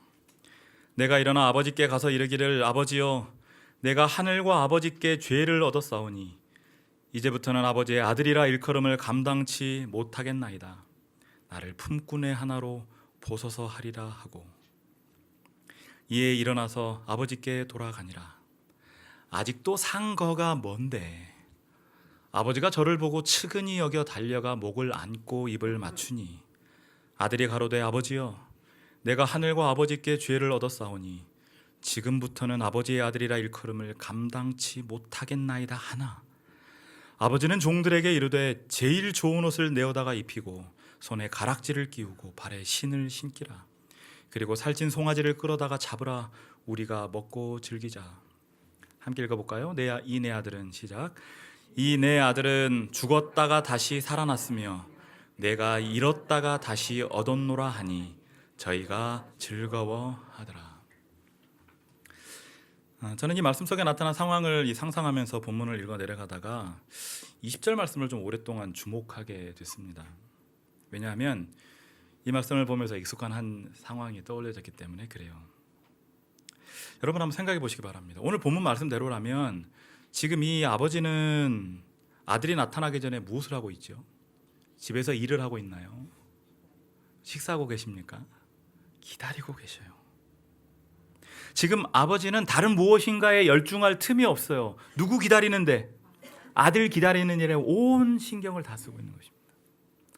자신의 자리를 박차고 나와서 아들을 기다리고 있는 거예요. 제 외할머니가 한 3년 전에 돌아가셨는데 나이가 90이 넘어서 돌아가셨거든요. 그런데 이제 나이가 드셔서 귀가 잘 안 들리시니까 가끔 이렇게 제가 전화를 하면 못 알아들으셔요. 여보세요, 여보세요 막 하셔요. 제가 막 그 전화기에다가 너무 크게 얘기한다고 해서 잘 들리는 것도 아닌데 막 악을 씁니다. 성진이에요. 못 들으셔요. 근데 그렇게 못 알아들으시다가 그냥 갑자기 다짜고짜 성진이냐 이렇게 말씀하셔요. 그런데 그게 제 목소리를 알아차려서가 아니라 일단 남자 목소리인 것 같기는 한데 나한테 전화할 사람이 몇 사람 없으니까 저라고 그냥 생각하고 부르시는 거예요. 오늘 본문 말씀을 보면 상거가 먼데 서로 간의 거리가 먼데 아버지가 아들을 알아보고 뛰쳐나왔다라고 얘기합니다. 저는 아무리 생각해도 아버지가 오랜 시간을 꼼짝 않고 기다리다가 아들이 나타난 그 순간에 그 멀리서 아들을 딱 알아보고 뛰어나왔다고 생각되지가 않아요. 여러분, 이 아버지는요 아들을 만나기 전에 수없이 뛰쳐나갔을 거예요. 저 멀리서 어떤 사람이 고개를 쭉 이렇게 늘어뜨리고 걸어오면 아이고 우리 아들인가 보다 뛰어나가는 겁니다. 아들이에요? 아니에요? 아니에요. 어떤 사람이 여러 사람에게 어울려서 이렇게 신나게 옵니다. 아 우리 아들이 친구들 데리고 돌아오나 보다 가봐요. 아들이? 아니에요. 짐을 가득 싣고 돌아와요. 아 우리 아들이 부자가 됐나 보다 뛰어나가 보지만 아들이 아니에요. 여러분, 상가가 먼데 아버지가 저를 봤다라는 이야기는 눈으로 정확하게 본 게 아닐 수 있어요. 수도 없이 그 아들을 위하여 뭐 한 것입니까? 뛰어나간 거예요. 뛰어나간 거예요. 계속해서 실망을 경험하지만 포기하지 않고 아들처럼 보이는 존재만 나타나면 뛰는 것입니다. 이것이 진정으로 아들을 기다리는 아버지의 모습인 것입니다. 어찌 보면 이런 아버지의 모습은 자신의 시간과 힘을 낭비하는 행동처럼 보여지지요. 아들도 아닌 다른 누군가를 위해서 뛰어나가고 돌아오는 일을 반복하는 건 낭비 같은 것입니다. 아마도 보통 사람이라면 진작 포기했겠죠. 그런데 아버지는 포기 못하는 겁니다. 왜요? 부모는 자녀를 위하여 내가 뭔가가 낭비되는 것처럼 보인다 할지라도 그것을 아까워해요? 아까워하지 않아요? 아까워하지 않아요. 여러분, 지금 여기 부모님들 중에 자녀들에게 본인 지금까지 쏟아부은 거 다 계산했다가 아들이 성인이 독립할 때 딱 계산서 내미는 분들 계십니까? 뭐 계실지도 모르겠지만 그런 분은 없을 거라고 생각해요. 왜요? 부모는 자녀들에게 사랑을 베풀어 주면서 계산을 해요, 안 해요? 돌려받을 생각 해요, 안 해요? 여러분, 만약 우리가 누군가에게 투자한다면 투자하기 전에 계산부터 합니다. 내가 지금 예를 들어 얼마를 투자하면 얼마 돌려받을 수 있겠다. 그래서 확신이 서면 그때 투자해요. 그런데 투자 대상으로 봤을 때 우리 자녀들은요 완전히 부도수표예요. 그죠? 가져간 만큼 돌려줘요? 돌려주지 않아요. 안 돌려줘요. 그런데 부모는 그렇게 하는 것입니다. 때로는 낭비처럼 여겨지는 그 일을 하는 거예요. 왜요? 뭐 하니까요? 사랑하니까 하는 것입니다. 그 사랑이 뭐예요? 그 사랑이 바로 은혜인 것입니다. 은혜가 뭐죠? 받을 자격이 없는 자들에게 사랑을 주는 거예요. 자격이 있어서 사랑을 주면 그것은 거래예요. 잘 보이기 위해서 주는 거죠. 여러분, 나에게 어떠한 것도 줄 수 없는 사람에게 선물하는 것과 나를 정말 대단한 사람으로 만들어줄 사람에게 선물하는 것은 의미가 전혀 다른 겁니다. 그죠? 대단한 사람에게 선물하는 거는요 뇌물이에요. 은혜가 아니라고요. 그런데 하나님께서는 우리에게 은혜를 베풀어 주시는 것입니다. 예수님께서는 십자가 위에서 우리를 위하여 피를 흘리신 거예요. 왜요? 이 세상을 향한 당신의 사랑이 이 세상에 있는 사람들을 위하여 당신의 피를 흘리는 그 수고보다 더 뭐하니까요? 크니까요. 그 사랑이 그 예수님의 수고와 고통보다 더 크니까 예수님은 아깝게 생각하지 않으시고 그 피를 흘려주신 것입니다. 이것이 뭐라고요? 은혜라고요. 실물교훈은 이처럼 먼저 우리를 만나러 오시는 하나님, 우리가 나올 때까지 팔짱을 끼고 기다리는 그런 분이 아니라 우리를 만날 기쁨에 뛰쳐나오시는 그런 하나님의 모습을 통해 우리가 얻어야 될 영적 교훈을 이렇게 말합니다. 제가 증언의 말씀 중에 제일 좋아하는 말씀이에요. 한번 함께 읽어볼까요? 하나님을 사모하는 생각이, 시작. 하나님을 사모하는 생각이 싹트는 그 순간에 그분은 그것을 아신다. 기도가 아무리 더듬거리고 눈물을 아무리 은밀하게 흘릴지라도 그분은 아시며, 하나님을 사모하는 마음이 아무리 미약할지라도 하나님의 성령이 마중 나가지 아니하시는 때는 없다. 기도가 입술에서 떨어지기도 전에, 마음의 소원이 알려지기도 전에 그리스도께로부터 온 은혜가 인간의 마음에 역사하는 은혜를 만나기 위하여 나온다.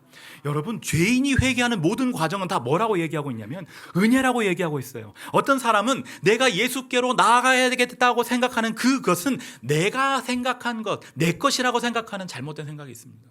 그런데 뭐라고 말합니까? 인간의 마음에 역사하는 은혜가 있다라는 거예요. 그 은혜가 아니면 우리는 아버지께로 돌아가야 되겠다는 생각조차도 하지 못한다는 거예요.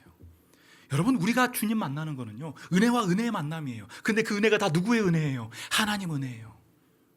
그래서 우리가 찬양하는 것입니다. 나의 나 된 것은 다 누구의 은혜라? 하나님 은혜라라고 찬양하는 겁니다. 내가 잘나서가 아니라, 내가 정말 뭔가 대단한 깨달음을 얻어서 하나님 앞에 나온 게 아닙니다. 하나님의 그 사랑이 내 마음속에 역사하는 은혜를 통하여 풍성하게 사랑을 베풀어 주셔서 내가 그것에 반응하니까 하나님께 나갈 수 있는 거예요. 생각해 보십시오. 탕자가 왜 집으로 돌아갔습니까?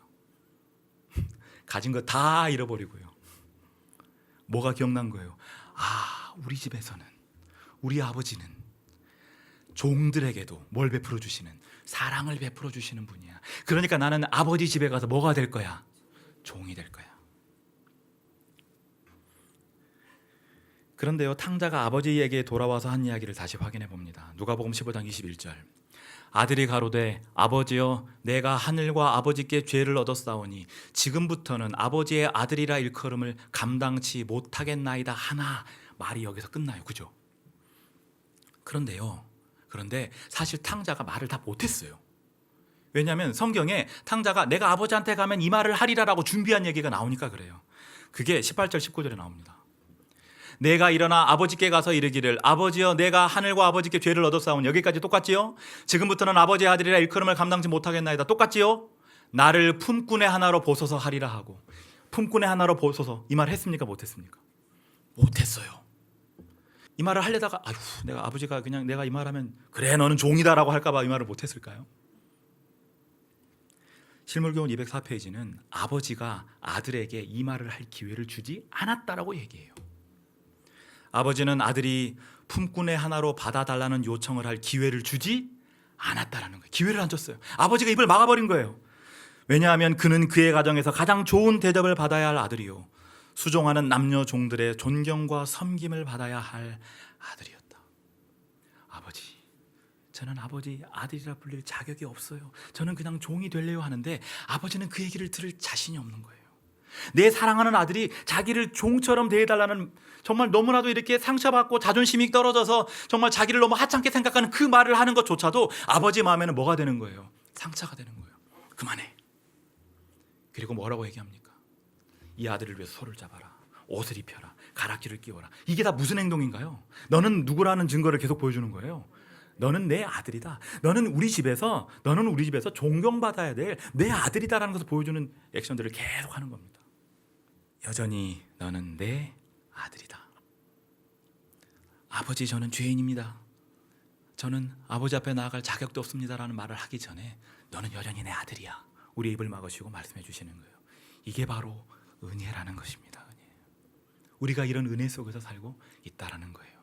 아직 하나님께로 돌아오지 않은 자들도 이러한 은혜를 알아야 한다라는 것입니다. 생각해보면 집을 떠난 아들의 모습은요, 하나님 밖에서 희망과 꿈을 실현해 보려는 인간의 무모한 선택을 보여줍니다. 아버지 집을 떠나면, 하나님을 떠나면 더 행복할 것 같아요. 하지만 그 아들은 아버지 집 밖에서는 결국 그것들을 얻을 수 없다는 뼈아픈 교훈만을 안고 집으로 돌아오게 되죠. 그죠? 최초의 인류도 그랬습니다. 사탄이 주는 속임수에 빠졌어요. 사탄이 뭐라 그랬어요? 너희가 지금 하나님에게 순종하며 사는 것보다 너희가 선악을 알게 하는 나무의 열매를 얻어서 너희 뜻대로 생각하고 너희 뜻대로 행동하면 그게 더 뭐 할 거야? 행복할 거야. 아버지 집을 떠나는 게 더 좋을 거야 라고 얘기했어요. 그래서 떠나봤어요. 그랬더니 좋아요, 나빠요? 좋은 게 하나도 없어요. 속은 것입니다. 마치 집 나간 아들이 잘못 생각하고 집 떠난 거랑 다를 바 없는 모습이라는 거예요. 그들은 에덴 동산의 질서 밖에서 행복을 찾아보려 했습니다. 그런데 에덴 동산 밖에서는 그들이 행복하지 않았어요. 죽음과 고통과 시련이 그들의 삶에 몰려오는 것입니다. 어디 있을 때가 좋았구나. 에덴 동산에 있을 때가 좋았구나. 내가 아버지 집에 있는 것이 좋았구나. 팀 켈러가 쓴 탕부 하나님이라는 책에 이런 생각을 담은 이런 인용문이 있습니다. 우리의 희망과 꿈은 결코 완전히 실현되지 못한다. 잃어버린 집을 재창조하려고 아무리 노력해도 성경 말씀대로 그 집은 우리가 피해 도망쳐 나온 하늘 아버지의 임재 안에만 존재한다. 여러분, 사람들이 계속해서 무엇인가를 삶에 만들려고 하죠. 그죠? 왜 만듭니까? 왜 가지려고 합니까? 안정감을 얻고 싶어서 그래요. 내가 가진 게 없으면, 내가 돈이 떨어지면 나는 정말 세상 사람들 아무도 안 도와주는 그런 위험천만한 상황에 걸어질 거예요. 내가 건강이 이러면 난 아무것도 하지 못할 거야. 계속해서 가지려고 하는 것입니다. 재물도 가지고 건강도 가져서 나를 뭐하게 만들고 싶어요. 안전하게 만들고 싶어 하는 거예요. 그런데 그런 모든 시도들은 다 뭐 할 거라는 얘기입니까? 실패할 거라는 얘기입니다. 왜요? 그것은 진정한 안식과 진정한 평화는 누구 안에만 있으니까? 하나님 안에만 있으니까. 하나님 밖에서 아무리 길을 쓰고 아버지 집처럼 분위기를 만들어 보려고 해도 아버지 집 아닌 데서는 그런 분위기 만들 수 있어요, 없어요? 못하는 거예요. 우리가 피해 도망쳐 나온 하늘 아버지의 임재 안에서만 경험되는 행복이라는 것입니다. 누가복음 15장 22절은 돌아온 아들에게 제일 좋은 옷을 내어다가 입히고 손에 가락지를 끼우고 발에 신을 신기라는 아버지의 명령을 들려줍니다. 아버지는 재빨리 아들이 자신의 신분을 회복하도록 도와줘요. 그런데 그것은 아들의 부끄러움을 감추기 위한 것도 있지만 이제는 그가 빨리 그의 신분에 어울리는 모습으로 살도록 인도하시는 하나님의 뜻이 또 그 안에 들어있습니다. 다시 말하면 은혜로 아들로 받아주기는 하였으나 이제는 그가 아들다운 모습으로 종들의 존경을 받는 모습으로 살도록 빨리 그를 준비시켜 주시는 거예요. 여러분 생각해 보십시오. 아들로서 회복됐다고는 하는데 여전히 그 열매 주워 먹던 모습으로 찢어진 옷 입고 살면 되겠습니까? 그럼 집에서 존경을 받을 수 있어요, 없어요? 못 받는 것입니다. 아들로서의 존경, 마땅한 합당한 존경을 못 받는 거예요. 아들로서 누리는 행복을 충분히 누리지 못하는 것입니다. 그래서 빨리 그의 옷을 바꿔 입히신 거예요.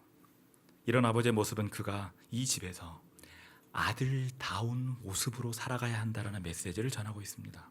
왜냐하면 아들이 집에 돌아왔다는 것은 그가 지금 이제는 무슨 뜻을 밝힌 것과 같아요. 이제는 내가 누구에게 순종하며 살겠다.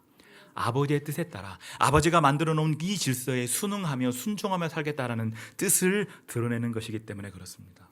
결국 이 아들이 집으로 돌아온 것은요, 진리를 떠났던 사람이 다시 어디 안으로 들어오는 것을 의미해요. 진리 안으로, 하나님 안으로 들어오는 것을 보여주는 상징적인 장면이라는 것입니다. 그런데요, 이 이야기 속에서 돌아온 아들의 형은 동생이 집으로 돌아온 것을 반가워합니까? 싫어합니까? 싫어해요. 왜냐하면 사실 동생은 형이 희생해야만 그 집의 아들로서 다시 받아들여지기 때문에 그렇습니다. 여러분, 그 집에 재산이 이만큼 있었는데요, 이 아들이 이미 가지고 나갔어요. 그러니까 지금 누구 재산만 남아있어요? 아버지와 그 큰아들의 재산만 남아있거든요. 근데 이 아들이 다시 지금 이 집에 들어왔다는 것은 남아있는 부분을 다시 뭐 한다는 얘기가 되는 것입니까? 또 나눈다는 얘기가 된다는 거예요. 그러니까 지금 이 탕자가 이 집에서 아들로서 다시 대접받기 위해서는 누구의 희생이 필수적이에요? 아버지와 그 집에 남아있었던 형의 희생이 필수적이라는 것입니다. 이미 아버지의 전 재산에 대한 배당이 끝났기 때문에 아버지도 얘기하죠. 내 것이 다 너의 것이다. 다 네 거다. 이미 너에게 다 넘어간 것은 맞다. 그런데 이제 너의 동생이 돌아왔으니 네가 가진 것을 좀 나눠주지 않겠느냐라고 아버지가 얘기하고 있다는 거예요. 근데 형은 그게 싫은 거예요. 그게 불쾌한 겁니다. 자, 이런 형의 모습은 어떠한 신앙인의 모습과 많이 닮아 있습니다. 예를 들어 이런 신앙인이 있을 수 있어요. 내가 먼저 하나님을 믿었어요. 나는 하나님 안에서 신실하게 살아가고 있어요. 그런데 이제 막 하나님을 믿는 사람이 나보다 더 사랑받는 것처럼 보여요. 나보다 더 큰 은혜를 경험하는 것처럼 보여요. 이 사람 때문에 내가 받아야 될 은혜가 좀 나눠지는 느낌이 나요. 그때 어떤 생각이 들어요? 이 사람이 무슨 미워지는 그런 마음. 그래서 교회 안에서 조금만 잘못된 모습이 보이면 막 정죄하는 것입니다. 나는 너보다 나은 사람이야. 나는 한 번도 집 떠나본 적이 없는 사람이야. 너 같은 인생 살아본 적이 없어 라고 정죄하는 거예요. 그런데 여러분, 예수님 눈에 집 나간 아들과 집 안에 머물렀던 아들은 똑같이 다 어떤 아들일까요? 잃어버린 바 된 아들이에요. 왜냐하면 두 아들 모두 다 아버지를 진정으로 사랑하지 않고 아버지의 뜻인 진리에 머무르지 않았어요. 이 아들은 집은 나가지 않았지만 이미 그의 마음속에는 아버지에 대한 사랑은 없고 아버지의 재물에 대한 사랑만 남아있어요. 다시 말하면 영혼에 대한 사랑은 없고 내가 받을 구원에만 관심이 있는 사람이라는 거죠. 집 안에 있으나 잃어버린 탕자인 것입니다. 그 아들도. 여러분 생각해 봅시다. 우리가 혹시 신앙생활은 열심히 한다고 하지만 우리도 탕자가 아닌가요? 혹시 우리가 나보다 연약한 믿음을 가진 자들을 정말 도끼 눈을 뜨고 바라보는 일이 있지 않았나요? 혹시 우리가 집안에서 잃어버린 탕자였다면 오늘 예수 그리스도의 보혈의 공로로 회개하고 다시 주님의 사랑 안에 잠기는 거룩한 주의 백성 되기를 간절히 바랍니다. 여러분, 예수님께서는 우리의 구주이시면서 우리의 참 형제 되십니다. 그죠? 그리고 예수님께서는 십자가에 달려 돌아가셨어요. 십자가에 달려 돌아가신 예수님이 바로 이 집안에 있었던 형이 보여줘야 했던 그 모습이었어요. 사랑하는 형제를 친구를 위하여 뭘 버리는 모습이에요? 목숨을 버리는 모습이에요. 그러면 이보다 더 큰 무엇이 없다 그랬어요? 사랑이 없다 그랬어요. 우리의 친구 되신 예수님께서 우리를 위하여 목숨을 버리신 것입니다. 그리고 이제는 너희가 같은 정신으로 그 예수의 마음을 가지고 나가라는 것입니다. 팀 켈러가 얘기합니다. 비유의 요지는 용서에 언제나 대가가 따른다는 것이다. 누군가의 값을 치러야 한다. 형이 희생을 감수하지 않는 한 동생이 다시 한 식구가 될 일은 없었다. 함께 읽어볼까요? 우리의 시작. 우리의 진정한 형은 십자가에서 우리 대신 우리의 빚을 갚아 주셨다. 예수님께서는 우리가 그런 형이 되라고 말씀하십니다. 너희가 세상을 향하여 나아가 그들의 연약함을 감싸 안고 그들을 붙들고 눈물을 흘리며 너를 향한 하나님의 사랑이 있다고, 내가 너를 예수께로 인도하기 위해서는 내 자신 전부를 주어도 좋다고, 내가 손해봐도 괜찮다고, 너만 구원받을 수 있다면 나는 더 이상 바랄 것이 없다고 이야기할 수 있어야 한다는 것입니다. 그게 바로 누구니까요? 그게 바로 선교사니까요.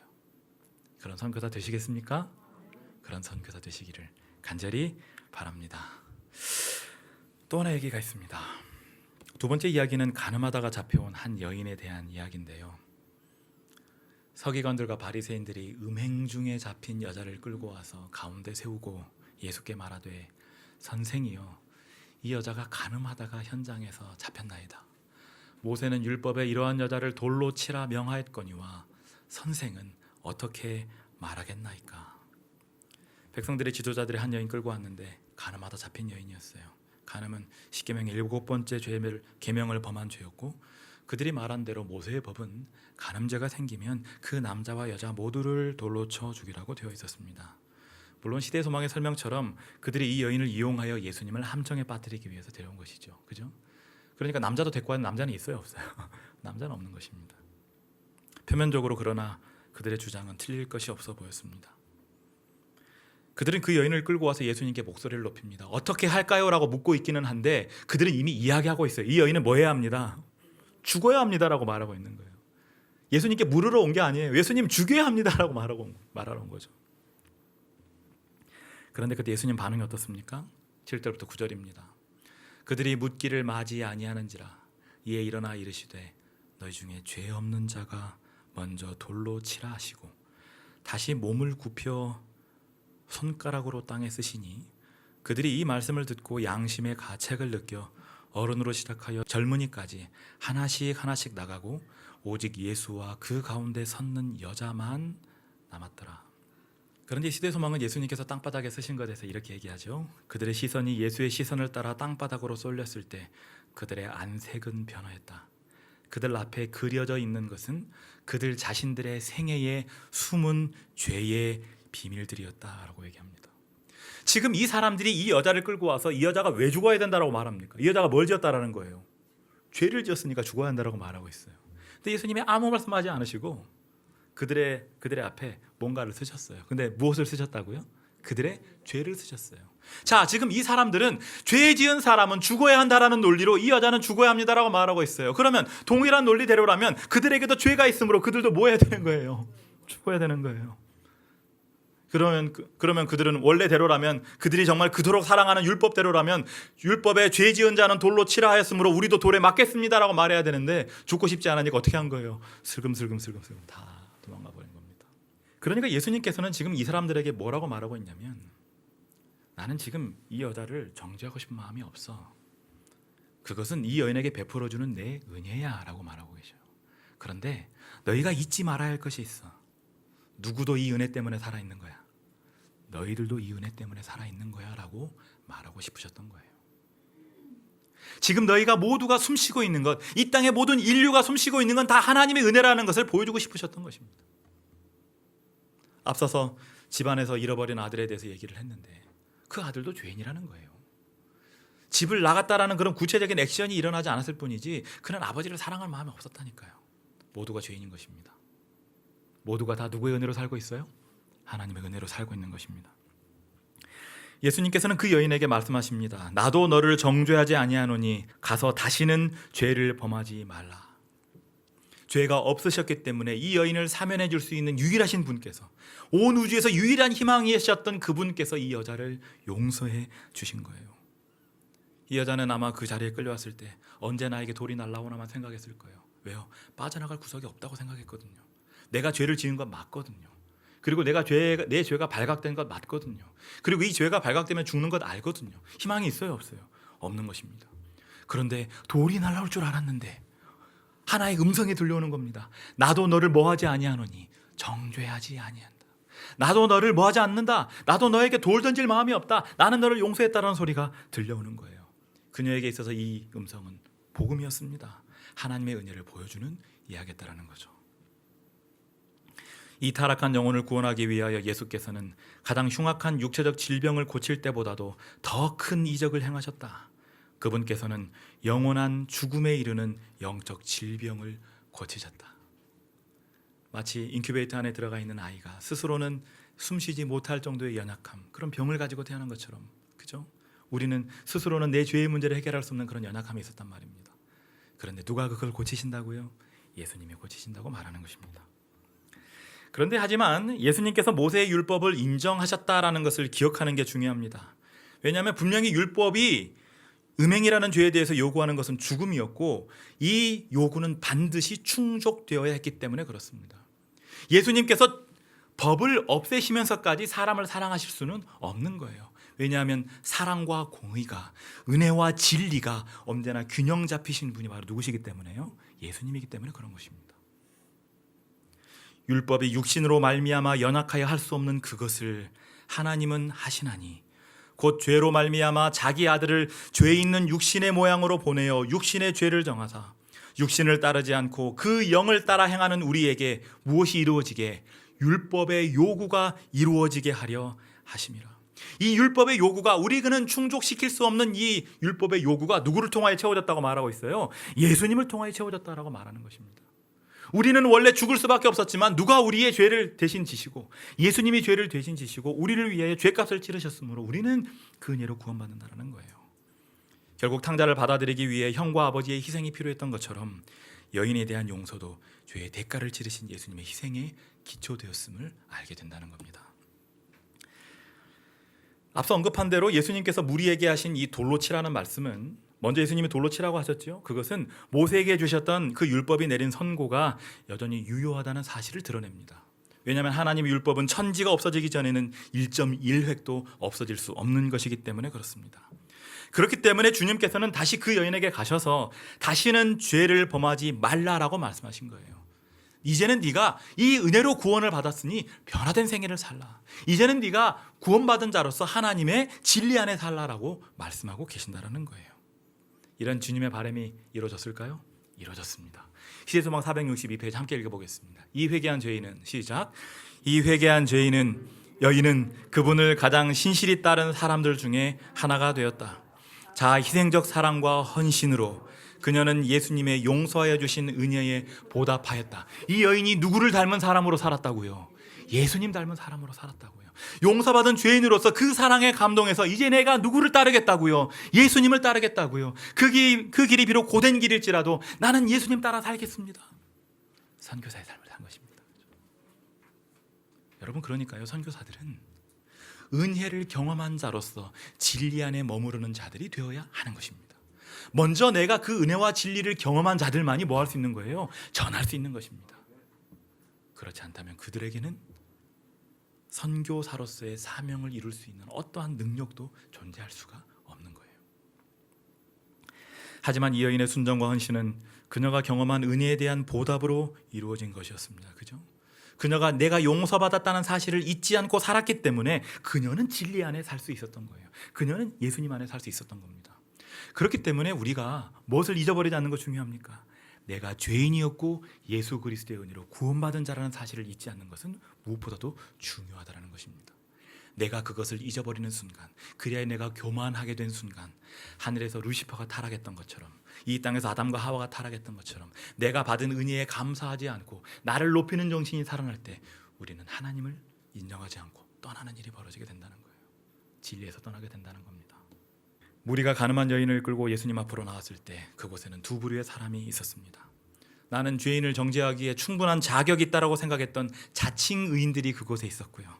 명백한 죄를 지어 처분만 기다렸던 명백한 죄인이 그곳에 있었습니다. 하지만 예수님께서 그들과 대화하기 시작했을 때 그곳에는 오직 죄인들만이 존재하기 시작했습니다. 그런데 예수님과의 만남이 끝날 때에는 다시 그 무리가 두 부류로 갈려지게 돼요. 용서받은 죄인이 있었고요. 용서받을 수 있는 기회를 놓쳐버린 죄인들이 바로 그들입니다. 예수님께서는 이와 동일한 교훈을 건강한 자에게는 의사가 쓸데없고 병든 자에게 쓸데있다라는 말씀을 하셨습니다. 여기 나오는 건강한 자는 실제로 건강한 사람이 아니에요. 누구보다 아프고 누구보다 의사가 필요한 사람인데 나는 의사가 필요 없는 사람이다라고 목소리 높이는 사람이 바로 여기에 나오는 건강한 사람이에요. 그렇다면 이 사람은 희망이 있는 사람이에요? 희망이 없는 사람이에요? 희망이 없어요. 몸이 아픈데 의사를 찾아가지 않고 나는 건강하다라고 버텨봤자 결국 그 사람 몸은 어떻게 될 거예요? 점점 쇠약해질 거예요. 그러다가 어떻게 돼요? 죽는 것입니다. 죽음의 길로 가고 있는 사람들이라는 거죠. 그러나 내가 죄인임을 고백하고 나는 예수님의 은혜 아니면 살 수 없다라는 것을 고백하고 진리이신 그분을 붙잡는 자에게는 영원한 생명이 주어지게 된다라는 것입니다. 먼저 우리가 그 축복 안에 거하는 죄 백성 되기를 간절히 바랍니다. 그리고 이 축복을 전하는 선교사로 살게 되기를 주님의 이름으로 축원합니다. 이제 세 번째 이야기인데요. 세 번째 이야기는 오병이어의 이야기입니다. 예수님을 찾아온 많은 사람들이 영의 양식에 굶주려서 어떻게든 예수님을 통하여 말씀을 좀 들으려고 애썼던 사람들이 있었습니다. 그들의 마음속에 너무나 그런 간절함이 있었기 때문에 그들이 예수님을 떠나지 않고 계속해서 그 자리를 지켰어요. 그러다 보니까 무슨 시간이 지나버렸어요? 밥 먹는 시간이 지난 것입니다. 그때 예수님께서는 그들에게 음식을 공급하셨습니다. 이 사실 자체가 우리에게 보여주는 매우 중요한 사실이 있습니다. 예수님께서도 우리의 육체의 필요에 대하여 외면하지 않으신다는 사실입니다. 내가 지금 너희에게 영의 양식을 공급해주고 있는데 어디서 배고프다는 소리를 해? 이렇게 말씀하시지 않았다는 거예요. 예수님은 우리가 육체적인 쉼이 필요한 것도 아시고요. 우리가 인간적인 위로가 필요한 것도 아시고요. 우리가 재물이 필요한 것도 아시고요. 우리가 적절한 의료적인 도움을 받는 것이 필요한 것도 다 아셔요. 그래서 때에 따라 적절하게 그것들을 채워주신다는 것입니다. 우리에게 일용할 양식이라는 말 속에 이 모든 것들이 다 들어있는 것입니다. 단순히 입으로 먹는 것뿐만 아니라 우리가 하루하루를 사는 데 필요한 모든 것들을 주님께서 우리에게 채우신다는 의미가 그 안에 다 있다라는 거죠. 하지만 예수님께서 하신 이 말씀을 기억하는 것 중요합니다. 먼저 그의 나라와 그의 의를 구하라. 그리하면 이 모든 것을 너에게 더하실 것이다. 이 모든 것이 바로 우리의 일용할 양식이에요. 우리가 인간적으로 필요한 모든 것들이에요. 그런 것들이 중요한 걸 주님께서 아신다는 거죠. 그런데 우선순위가 바뀌어서는 안 된다는 겁니다. 너희가 그런 인간적인 필요를 먼저 구하다가 그것들이 채워져서 마음이 이제 좀 안정이 되면 그때서야 하나님께 내가 좀 예배해 볼까? 그때 내가 좀 가진 게 많으니까 헌금해 볼까? 이런 태도로 살지 말라는 거예요. 먼저 누구를 구하라고요? 하나님을 구하라고요. 하나님을 구하면 나머지 모든 것들을 채워주시겠다고요. 염려하지 말라고요. 여러분, 탕자가 한 행동이 뭐가 있습니까? 그냥 집에 돌아온 것뿐이에요. 그런데 집에 돌아오면 이제 그가 스스로 살기 위하여 행동할 일이 없다라는 거예요. 누구만 만나면 돼요. 아버지만 만나서 아버지 집안에만 있으면 돼요. 먼저 그의 나라와 그의 의를 구하기만 하면 돼요. 나머지는 누가 책임지셔요? 하나님이 책임지셔요. 평화와 행복을 얻는 길을 사람들에게 가르치신 그분께서는 그들의 영적 필요를 생각하는 것과 똑같이 현세의 필요에 대해서도 깊은 동정을 표하셨다. 폴 트립이라는 사람이 돈과 영성이라는 책에서 이렇게 썼습니다. 예수님은 정확한 시기에 이 땅에 오셔서 우리가 온전히 따라가지 못할 더없이 온전한 삶을 사셨고 죽어 마땅한 우리를 대신해 죽은 후 다시 살아나시사 죄와 죽음을 물리치셨다. 그 일을 이루시려 자연과 인간 사회계까지 개입하신 하나님이 우리를 굶어 죽게 내버려 두실까? 당신을 위해 아들도 아끼지 않으셨으니 하나님은 지금부터 당신을 데리고 천국에 갈 때까지 당신에게 필요한 모든 것을 공급하실 것이다. 여러분 믿으십니까? 네. 우리에게 가장 귀한 것을 주셨어요. 우리 다른 모든 필요한 것들을 아실 것입니다. 그렇기 때문에 우리는 이 모든 것들의 공급원이 되시는 누구에게만, 예수님에게만 붙들려 있으면 되는 것입니다. 붙들리기가 쉽지는 않을 겁니다. 왜냐하면 우리의 눈을 어지럽히는 사탄의 유혹이 있고요. 우리를 정말 하나님으로부터 끌어내리려는 사탄의 공격이 있을 겁니다. 와, 내가 하나님 붙들고 사는 게 이렇게 힘든지 몰랐어. 고개 돌리는 게 차라리 낫겠어. 이스라엘 백성들처럼 말이죠. 차라리 그냥 애굽에 있을 걸 그랬어라는 생각이 드는 순간이 계속 있을 수 있어요. 하지만 포기하지 마시기 바랍니다. 주님께서는 우리가 먼저 그의 의를 구할 때, 그의 나라와 그의 의를 구할 때 우리에게 필요한 모든 것을 넉넉히 채우실 것이기 때문에 그렇습니다. 이 믿음으로 사시기를 간절히 바랍니다. 자, 그런데요, 다른 복음서들은요, 이 오병이어의 이적을 기록하면서 예수님의 제자들이 먼저 예수님을 찾아가서 예수님, 이 사람들이 지금 배가 고픈데 어떻게 할까요? 라고 묻는 것처럼 이 얘기를 다 써놨습니다. 그런데 요한복음은 조금 달라요. 요한복음 6장 5절 6절 함께 읽어볼까요? 예수께서 시작.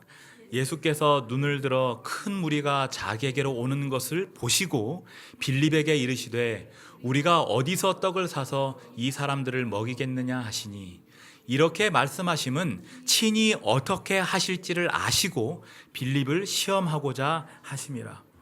친히 어떻게 하실지를 아시고 라는 말이 나옵니다. 예수님께서 먼저 제자들에게 음식 먹는 얘기를 꺼내시는데요, 이미 마음속에 계획이 있었다라고 얘기하는 것입니다. 그러니까 예수님의 마음속에는 이미 계획이 있고 그 일의 끝까지를 위한 모든 준비가 다 되어 있는데 제자들을 시험하기 위해서 어떻게 해야 되지? 라고 질문 던지셨다는 거죠. 그러니까 예수님께서는 그날 사람들이 배고플 것도 아셨어요. 어떻게 그들을 먹이게 될 것도 이미 알고 계셨다고요. 친히 어떻게 될 줄을 아셨다는 겁니다. 여러분, 이처럼 주님께서는 때때로 우리의 굶주린 영적인 상태를 정확하게 드러내십니다. 진리에 대한 갈급함을 불러 일으키시는 거예요. 아, 내가 정말 배가 고프구나. 내가 정말 하나님의 말씀 없이는 살 수 없구나라는 영적인 갈급함을 불러 일으키신다는 거예요. 그런데요, 놀라운 방법으로 5천 명이 넘는 인원들의 육적인 필요를 채우셔서 그들 모두에게 잊을 수 없는 기억을 남기셨던 것처럼 하나님께서 우리의 마음속에 영적 갈급함을 불러 일으키실 때에는 친히 어떻게 하실지를 이미 계획을 가지고 불러 일으키시는 계획이기 때문에 이미 우리를 향한 당신의 채워주심이 준비되어 있다는 사실을 우리는 기억해야 돼요. 우리는 뭐 하기만 하면 돼요? 주님 앞으로 나아가기만 하면 돼요. 그렇기 때문에 주님께서 우리의 마음속에 그런 것들을 불러일으키실 때 너에게 그것이 필요한데 너희가 그걸 모르고 있어. 내가 좀 그 마음을 좀 이렇게 세워줄게. 앞서 말씀드린 무슨 은혜예요? 내 마음속에서 뭐 하시는 은혜예요? 마음속에서 역사하시는 은혜로 그런 갈급함을 불러일으키신다는 거죠. 그리고 그 갈급함에 반응할 때 마중 나오시는 은혜가 그 준비된 사랑을 우리에게 쏟아 부으신다는 겁니다. 은혜의 원리는 이처럼 변하지 않는 겁니다. 자, 동일한 사건을 기록한 마가복음은요, 제자들을 향해서 예수님께서 너희가 먹을 것을 주라라고 말씀하셨던 예수님의 음성을 기록합니다. 이것은 무엇을 보여줍니까? 너희가, 예수 그리스도의 제자된 너희가 이 진리를, 이 영적 양식을 세상에 전해 주어야 될 사명자다라는 사실을 보여주는 하나의 또 기별이라는 겁니다. 함께 읽어볼까요? 그리스도께서는, 시작. 그리스도께서는 아버지에게서 받아 제자들에게, 제자들은 무리들에게, 무리들은 상호간에 나누어 주었다. 그와 같이 그리스도와 연합한 모든 자들은 그에게서 하늘의 양식인 생명의 떡을 받아 그것을 남에게 전하여 줄 것이다. 우리가 떡을 만드는 게 아닙니다. 누가 만드십니까? 하나님께서 만드셔요. 예수께서 생명의 떡 되십니다. 우리는 그 예수 그리스도를 그대로 뭐 하기만 하면 됩니까? 전하기만 하면 되는 것입니다. 그런데 전달하는 자의 조건이 있습니다. 여러분, 전달하는 자가 그 전달하는 떡에다가 이 떡은 뭔가 좀 심심해, 내가 좀 더 양념을 치겠어. 됩니까? 안 됩니까? 안 되는 거예요. 전달자의 사명은 뭐냐면 그대로 전달하는 것입니다. 여러분, 배달하는 사람이 그 배달 음식을 가지고 이러쿵저러쿵 해버리면 그 배달 음식이 믿을 수 없는 음식이 되는 것입니다. 우리는 예수 그리스도의 생명의 떡이신 예수님을 그대로 전달하기 위하여 우리를 그러므로 비우는 일이 있어야 한다는 것입니다. 여러분, 배달통에 온갖 쓰레기가 다 들어가 있으면 정작 들어갈 음식은 넣지 못한다니까요. 배달통은 깨끗하게 정리되고 준비되어 있어야 합니다. 그래야만 거기에 뭘 가득 담을 수 있어요. 사람들에게 나누어줄 맛있는 음식들을 가득 담을 수 있는 것입니다. 선교사로서의 사명과 태도가 어때야 할 것인지 깊이 생각해 보시기 바랍니다. 그런데요, 우리는 보통 예수님께서 오병이어의 기적을 이렇게 베푸셨다라는 얘기를 할 때, 예수님께서 기적을 베푸셔서 5천 명이 넘는 사람들이 떡을 먹었어, 그래서 모두가 행복했어, 이러고 얘기를 끝나게 된 것으로 생각하는 경향이 있어요. 그런데요, 우리가 결코 잊어서는 안 될 중요한 메시지가 또 있습니다. 요한복음 6장 12절에 보면 무슨 말이 있냐면, 그들이 배부른 후에 예수께서 제자들에게 이르시되, 뭐라고 말씀하셨어요? 남은 조각을 거두고 버리는 것이 없게 하라 라고 말씀하셨습니다. 성경에는 그 이유가 기록되어 있지 않지만 증언의 말씀은 이 12광주리에 담겨진 떡들이 무엇을 위하여 사용되는지가 분명히 나옵니다. 그러니까 언뜻 보면 예수님께서 본인이 친히 어떻게 될 것을 아시고 다 준비하셨다면 떡을 안 남게 준비하시면 되지, 왜 일부러 그렇게 남게 만드셔야지 우리가 거두는 수고를 하게 만드냔 말이냐, 왜 음식물 쓰레기를 우리가 거두게 만들게 하시느냐, 이렇게 생각할 수 있어요. 근데 그게 아니었다라는 것입니다. 함께 읽어볼까요? 시대의 소망 368페이지, 부스러기 같은, 시작. 부스러기 같은 바구니를 모았을 때 사람들은 집에 있는 친구들을 생각하였다. 그들은 그리스도께서 축복하신 떡을 친구들과 같이 먹기를 원하였다. 바구니에 든 떡 부스러기는 열렬한 군중들에게 분배되어 주위의 모든 지방에 퍼져갔다.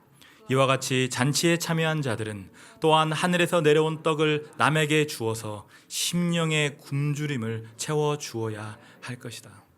우리가 엘렌 화이트의 설명을 신뢰한다면 예수님께서는 단순히 그 자리를 정리하기 위해서 떡을 모으라라고 말씀하시지 않았습니다. 지금 이 떡들은 모아서 누구에게 전달할 떡이에요? 이 자리에 함께 있지는 않으나 이 떡을 나누어 받아야 할, 예수님께서 너무나 사랑하셔서 이 떡 맛을 보여주고 싶은 사람들에게 전해줘야 할 떡들이었다는 것입니다. 여러분, 기억하시기 바랍니다. 우리가 지금 말씀의 축복을 지금 풍성히 받아 누리고 있는 것은 단순히 그것으로 우리의 머리가 커져서 영적으로 교만하라고 주신 게 아니라는 것입니다. 너희가 성경을 많이 알게 돼서 그것으로 사람들을 정죄하고 너네는 그런 것도 모르냐, 이런 태도로 사람들을 바라보라고 주신 게 아니라는 거예요.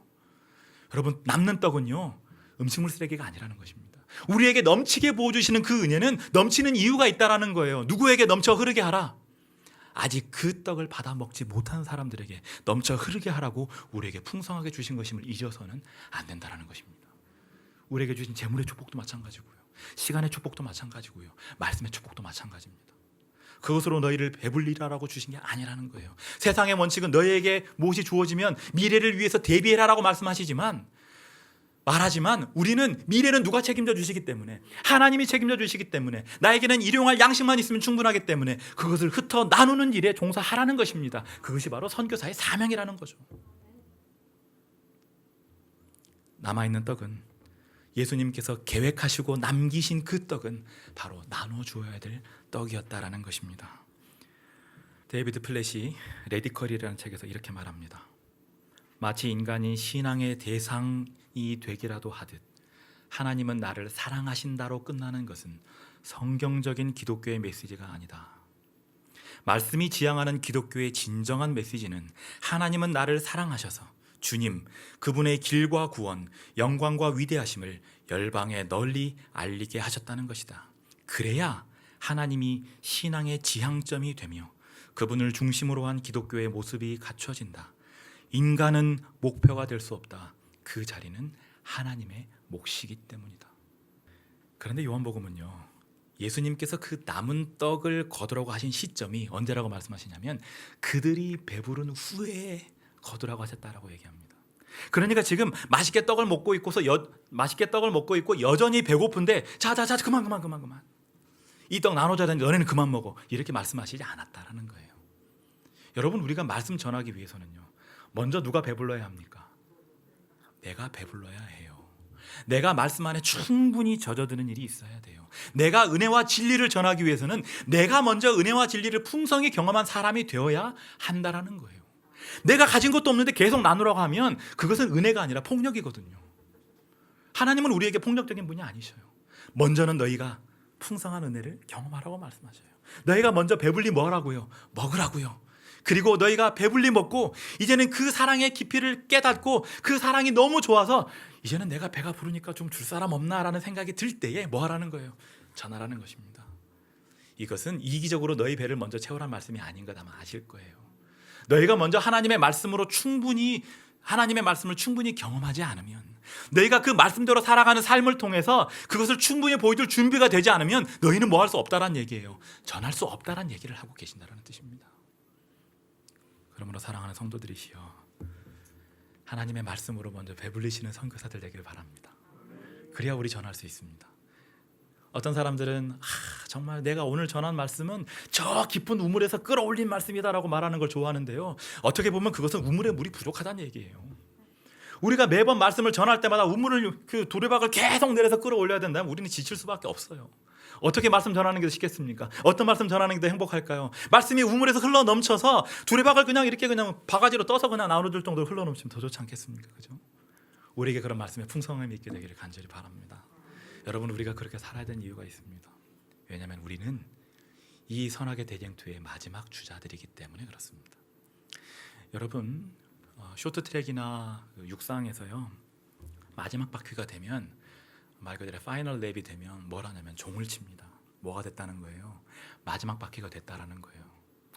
마지막 바퀴가 됐구나 알려주려고 칠까요? 아니에요. 이제 너희가 마지막 한 바퀴 남았으니까 이제는 너희가 더 이상 남길 힘이 필요가 있다 없다? 없다는 거예요. 있는 모든 힘을 다 쏟아부어서 마지막 한 바퀴를 달리라는 거예요. 그런데 지금 우리가 바로 그 시대에 살고 있다는 겁니다. 여러분, 우리가 내일 일을 염려하고 정말 내 미래를 위해서 뭔가를 남길 이유가 없습니다. 무책임하게 살란 이야기가 아니라 나를 위하여 이기적으로 뭔가를 쌓으려는 시도를 할 필요가 없다는 거예요. 이제 우리에게 남은 것은 마지막 한 바퀴입니다. 이 마지막 때에 최선을 다해 이 마지막 한 바퀴를 달려갈 힘만 있으면 돼요. 그런데 이 힘을 누가 주신다고요? 하나님께서 주신다고요. 하나님 붙드시고 이 사명의 마지막 주자로서 하나님의 사랑과 은혜와 진리를 세상에 널리 전하시는 거룩한 주의 백성들 되기를 바라면서 오늘의 말씀을 마치겠습니다.